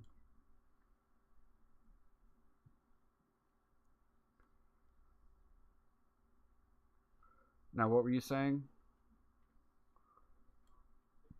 Gesicki. Is he not the I don't starting think tight he end? is, man. Like they haven't been using him. Like he is a starting tight end, but they don't throw to him. They just go Yeah, 3 or 4 they receivers. don't use him. I would take him every year if he was getting used, bro. He was like one of the best tight ends we had. Is a great fantasy option as far as the tight end Oh, he position. was a wonderful fantasy option. But But he was a horrible blocker, yeah, and that's why like Mike McDaniel. is insanely inconsistent even when he was with the Dolphins. Though it was hard to consistently Oh, trust Debo him to score. Samuel's. That's why I was pushing on McBride before because I had McBride last year and he carried my Oh, team like every week.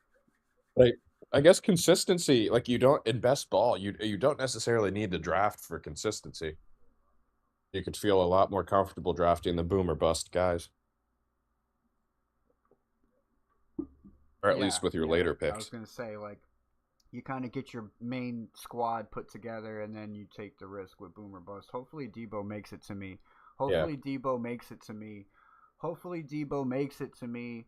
This way, we can pair him with the Jaden Daniels connection. But I don't think he's gonna make it. Oh, 4 picks. Don't pick him. 4 picks. Don't pick him.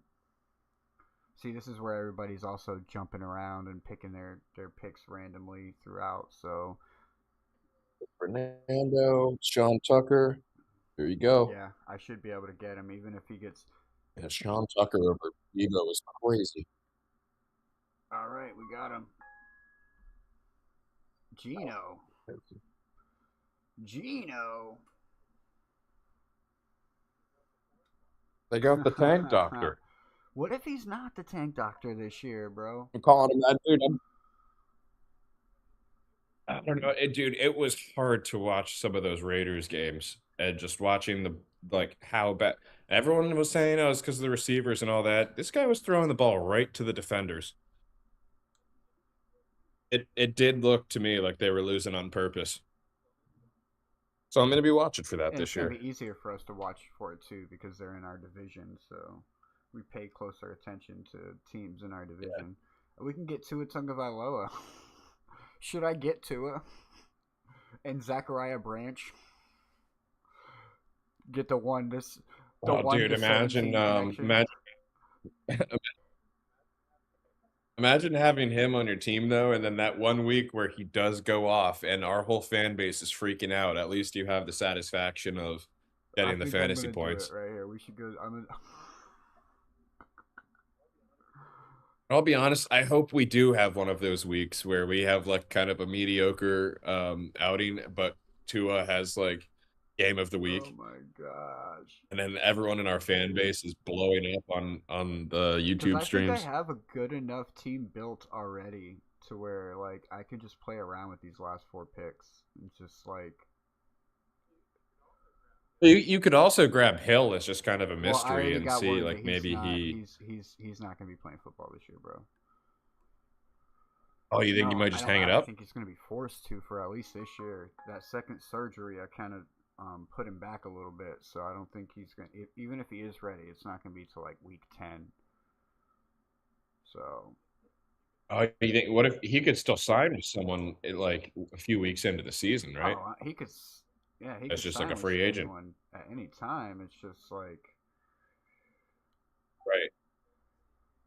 Yeah, maybe. I mean, maybe he just waits it out and joins Well, like that's a what I've nasty already been team. saying. Like, if he was Um, smart, that's what he have- would do. He would pull the OBJ and just like wait and check out teams that are he knows are going to go to the playoffs right, and sign with them.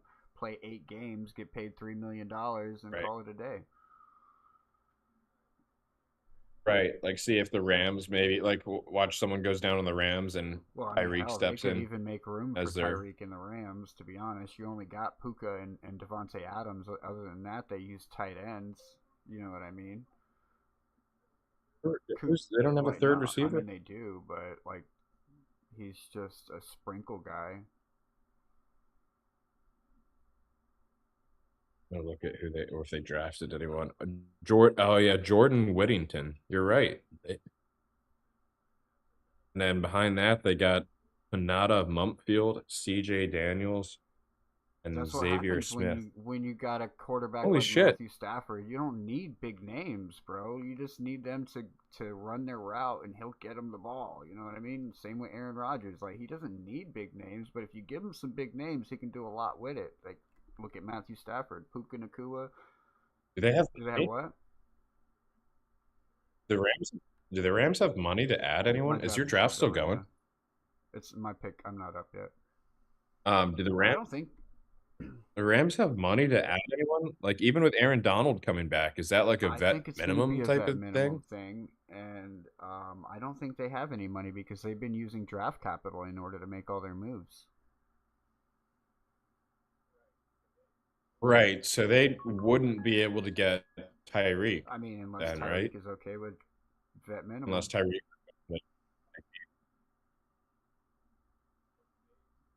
But could they like work around that with I'm bonuses pretty and sure, stuff, yeah. or a contract that pays heavily in the following year? 100%. And then also too, you got to think like they're going to the Super Bowl, so you get bonus checks for all of that as well. We're gonna go Deshaun Watson for the what if over to Tagovailoa.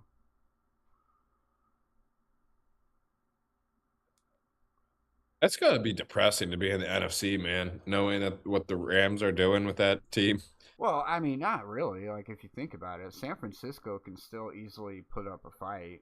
I think the Philadelphia Eagles can too, and Dallas too. If Caleb Downs comes in and he's a game changer on defense for them, like the Dallas Cowboys, I can name 5 teams in the NFC that could any given Sunday beat the Rams. But it's going to be like, how hungry are these Rams going to be to overcome that? Because I could easily see You think if Donald comes back, if you think he'll be like a threat? oh If he comes back, will he still be yeah, Aaron he Donald hasn't as we know stopped it? working out, bro. He has classes and stuff. Like, he's a teacher. I think he's on. I think he's on He's like steroids. he has his own like school and stuff. I think he's on performance Yeah, he enhancing could be. drugs. And I think that he just has something that the NFL hasn't learned how to detect yet. Here, look, we're gonna go for our next 2 picks: Chris Bell and Eli Stowers. That is not a natural body. Put it this way, I feel like if he comes back, like, they have the most dominating defense we're probably going to see in a very, very long time, if ever. And it's going to be almost impossible to stop it, right? Because you can't double team either one of those guys, but yet you need to double team both of them. You know what I mean? So Where are you going here? You going I'm Bell going or to go both Stowers? of them. I'm going to be able to get both of them. I should be able to get both of them. I got one more. Man, I'll be very joyous if Bell comes out of the injury bubble and he steps into that role, and we actually have a Eli receiver. Stowers will be.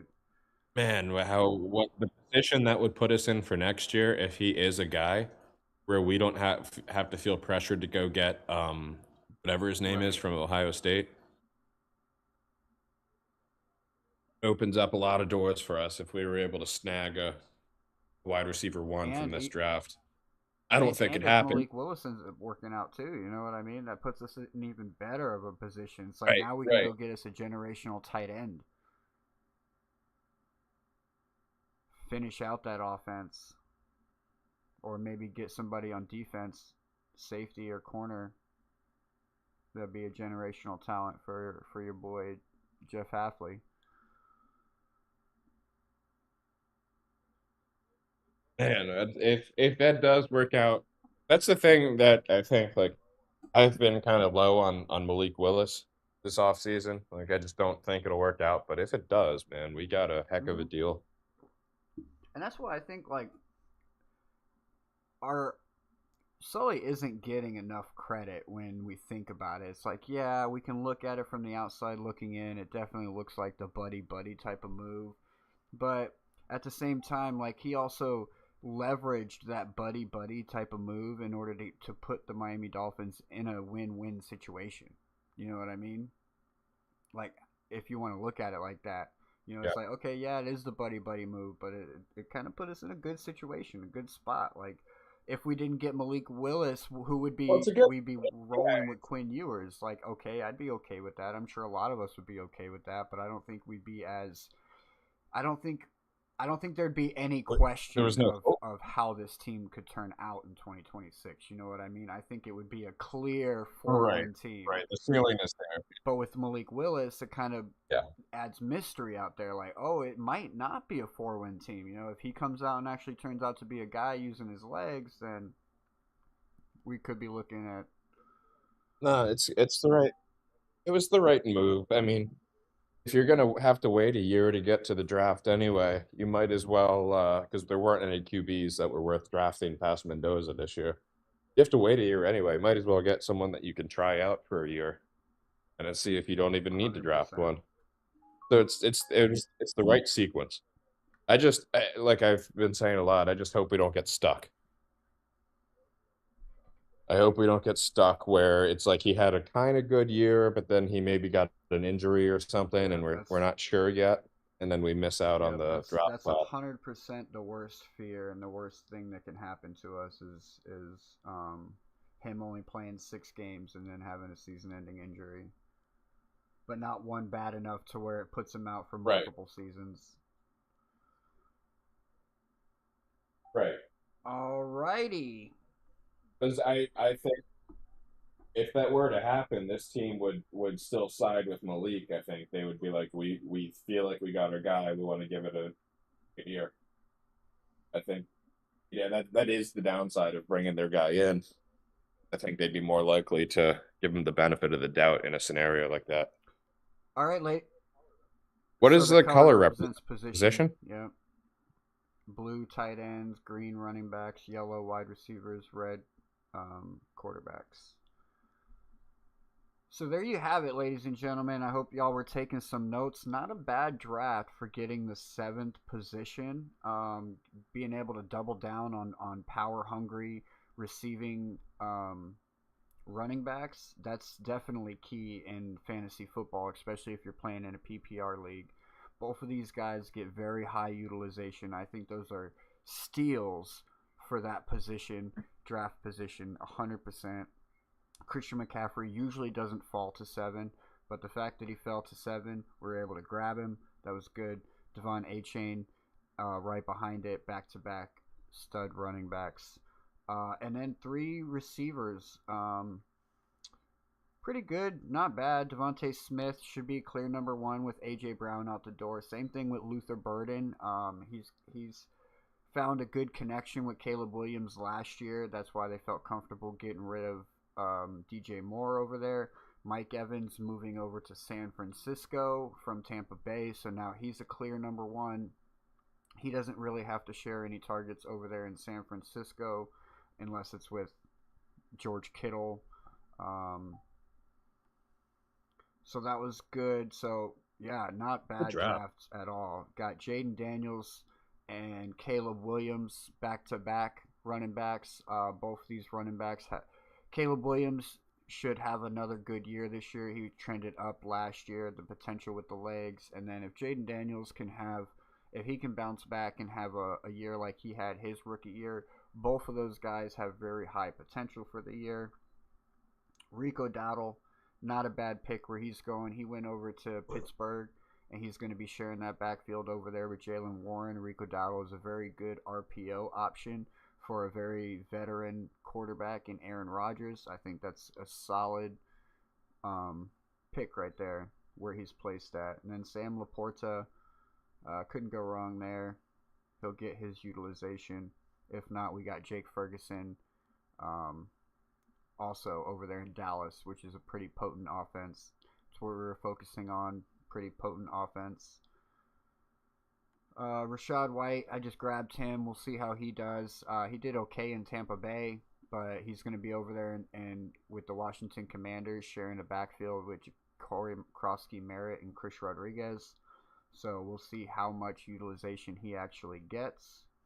McMillan here, I like McMillan. They started to use him a little bit last year, and with Mike Evans leaving and the question marks around whether Chris Godwin can stay healthy or not, is going to put McMillan in a good spot to be able to have some pretty decent games. And again, this is flex too, so if he doesn't, it's okay. This is best ball, ladies and gentlemen, so the management is out the window. We did our draft, just got to draft good, and then let it ride. And then maybe at the end of the season, we win $1 million. And there's no ad drop, right? So if your guys get injured, they're injured, and nothing you can do about it. I'd say that is the one risk with your running backs and that's why I tried injury. to pick a couple extra running backs to fill it out. That's why we went with 5 running backs. Yeah. So it's like Woody Marks, he has RB1 potential over there in Houston. He's sharing it with David Montgomery, who they just brought over, but he was RB1 last year. So we'll see how it goes. Same with Rachaad White. I don't know how he's going to do. We're just going to have to roll the dice on him. And then the third running back was Rico Dowdle. So I have confidence that Rico Dowdle is going to be able to produce over there in that Pittsburgh Steelers backfield. He's going to be Aaron Rodgers' best friend this year, trust me.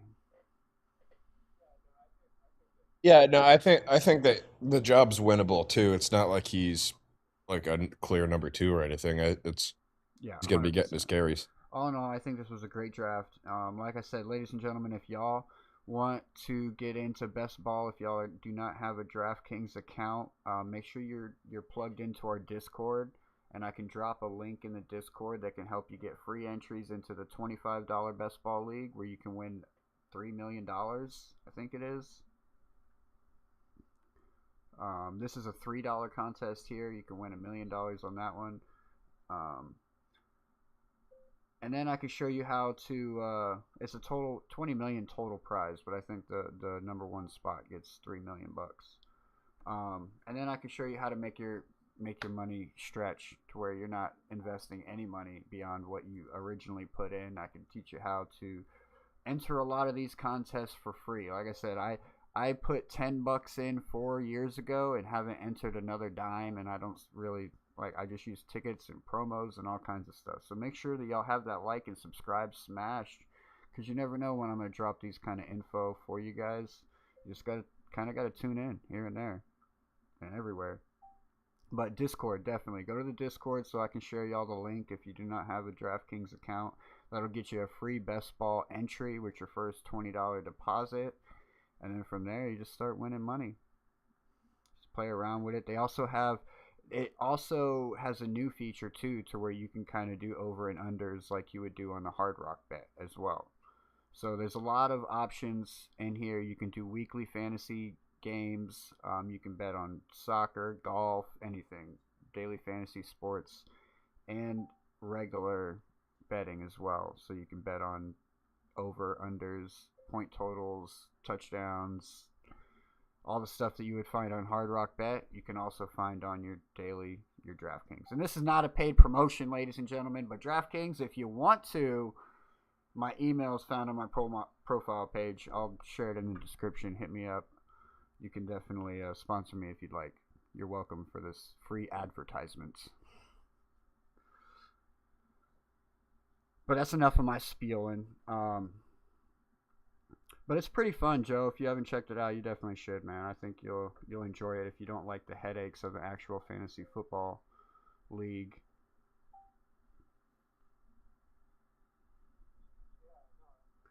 Yeah, no, that's and that makes it easier to do like several of them because you don't have to worry about going in and managing your roster each week.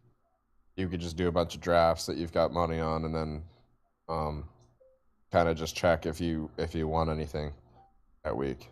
Yeah, like I'll show you mine. Right now we have. So these are all the ones that I'm in right now. I got 2 of them still drafting. These are going on the 8-hour drafts. So Yeah. I got these, and then these ones are finished, and I'll probably have another 4 or 5 done before the season starts. But as you can see there, I got a total of $57 entered in contest, and I didn't spend a single dime. They're all Right. free. They were all free entries. Oh, this is great. Yeah, this is great. I mean, even doing them now too before the preseason even happens, because you might get lucky and like some of your opponents might have season-ending injuries and stuff. It's still all like a very muddy the waters, so you could end up having a team in a league that you just have clearly the most dominant team. Is it you get paid weekly, or is it at the end? At Is it the like a end. real like a At normal the end. fantasy football Like, league? So yeah, there's there's playoffs and playoffs. So everything it's too. like how this works is, so basically weeks 1 through 14 will be your original tourney, because there's also other brackets of 12 players that are playing for that $1 million prize. And then once week 14 hits, now it's playoff time, and you have to win that week against your opponents, or um it's make or break it at that point. You got to just make it all the way to the last round and become the number 1 player for the prize. But if you make it to the last round, you're winning money. And Period. then it's like, Even if you finish at 12. is it like is it like winner take all? Wait, so Hold on, okay, let me so like see. let's say you put Here, in let me five pull it up. dollars on the Actually, I can just pull this up and we can look at it. You can see the details. It'll tell you. It'll give you a breakdown. So we'll go into this one. I'm assuming that DraftKings takes like a portion of it, and that's how they generate the winnings for like. All right, so here's how it is. Here's how it starts. So you got round 1, top 2 advance. Um, and you can see here round 1 goes from week 1 through week 14, and then round 2, top 1 advances. That's week 15. Round 3, week 16, top 1 advance, and then round 4, it looks like you're against 1,089 players, and then from there, let me see if I can pull up the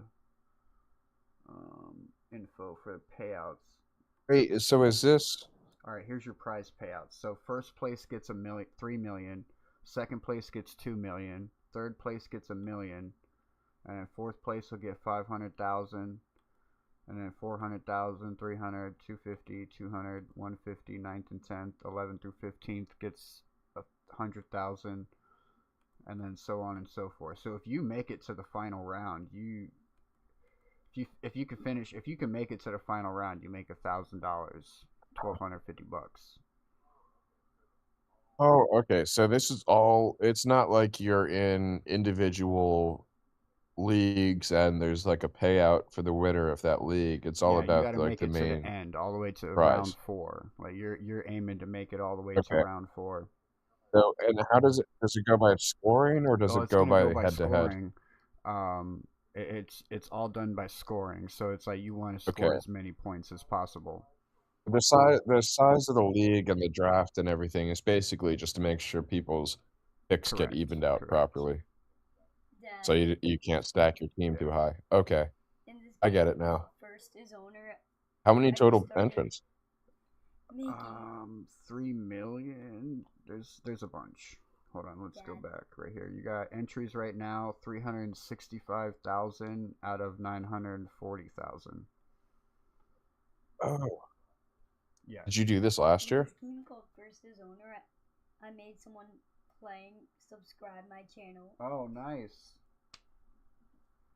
Dino Fam, go check out my son's channel if you like dinosaur content. He's a dinosaur kid. Oh, yeah. But yeah, it's super fun. I've done this for the last 2 years. Like I said, What's the best you've finished? 10. 2023. Tua Tagovailoa. The Dolphins killed us. No, I mean like I was like Wait, what do you mean? I fell just out of the top 2. So I didn't finish 10. I finished 3rd in the first league, or like in round 1. I haven't made it past round 1 yet. Like something always happens. Oh, Like, okay. there's been a couple years where it's like I'm up there and I'm winning and like I'm leading. And last year I fell short early and then ended up catching up, but I needed one more week. If I would have had either 20 more points or one more week, I would have made it to round 2. But then the year that 2023, the year that the Dolphins were looking good, I was doing really good all the way up until like the last 3 weeks, and then it was just like horrible from there, and I ended up losing my spot. Okay, so the first 3 rounds are really kind of like the seeding, or like not seeding, but Correct. qualifiers. But round 1 is like Okay. a full season. It's 14 weeks.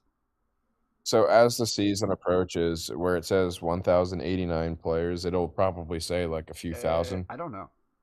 I think it's based on more maybe, people signing but up. possibly I'll have to keep an eye on that, to be honest, because I've never Yeah. paid attention to that number, honestly, because it hasn't really mattered. Yeah, I wonder. But you can see here, Wow. I got 7 That's tickets pretty that cool. I can use on contests.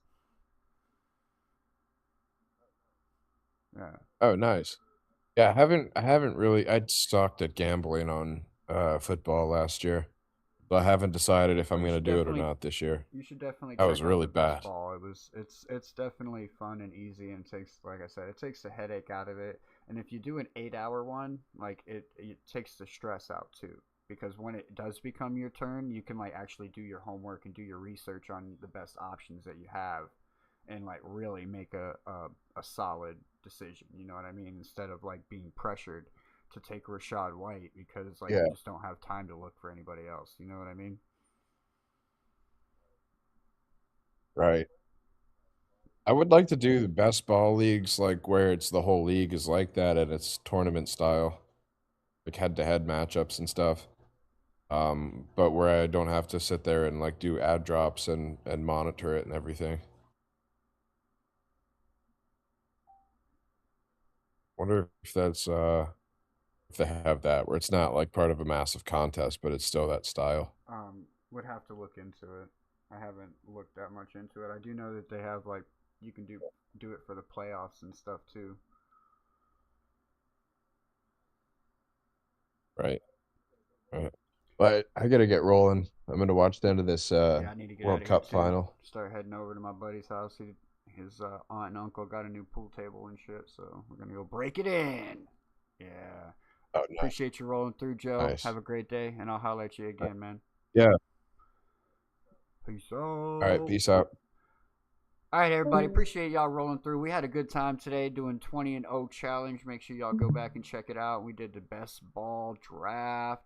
If you're interested in joining some best ball leagues, you're interested in joining the DraftKings, let me know. Head down to our Discord. Join the Discord. Send me a DM, and I'll shoot you the link so you can get a free entry into the $25 $3 million best ball contest. It's also a place to be because that's how you can get up here with me and the AFC Eastie Boys. That's how you get up here and talk with us and shoot the shit like everyone was a little while ago. It's also where you got to be plugged in if you want to win any of our giveaways, which we have a giveaway going on for when we get to 1,000 subscribers. So share. Spread the love. Hit the like, hit the subscribe if you're new. Turn the notification bell on because you never know when Cat in a Hat or Waffles is going to drop some knowledge and some news for you. We drop hints all the time. I could tell you how to bet for free on DraftKings, But you got to hit that subscribe button. You got to turn them notification bells on because you never know when I'm going to drop it. I had fun. Everyone else, I hope y'all had fun too. I appreciate all of y'all hanging out and chilling with us. Until next time, it's your boy Cat in the Hat with the AFC Eastie Boys. Peace out.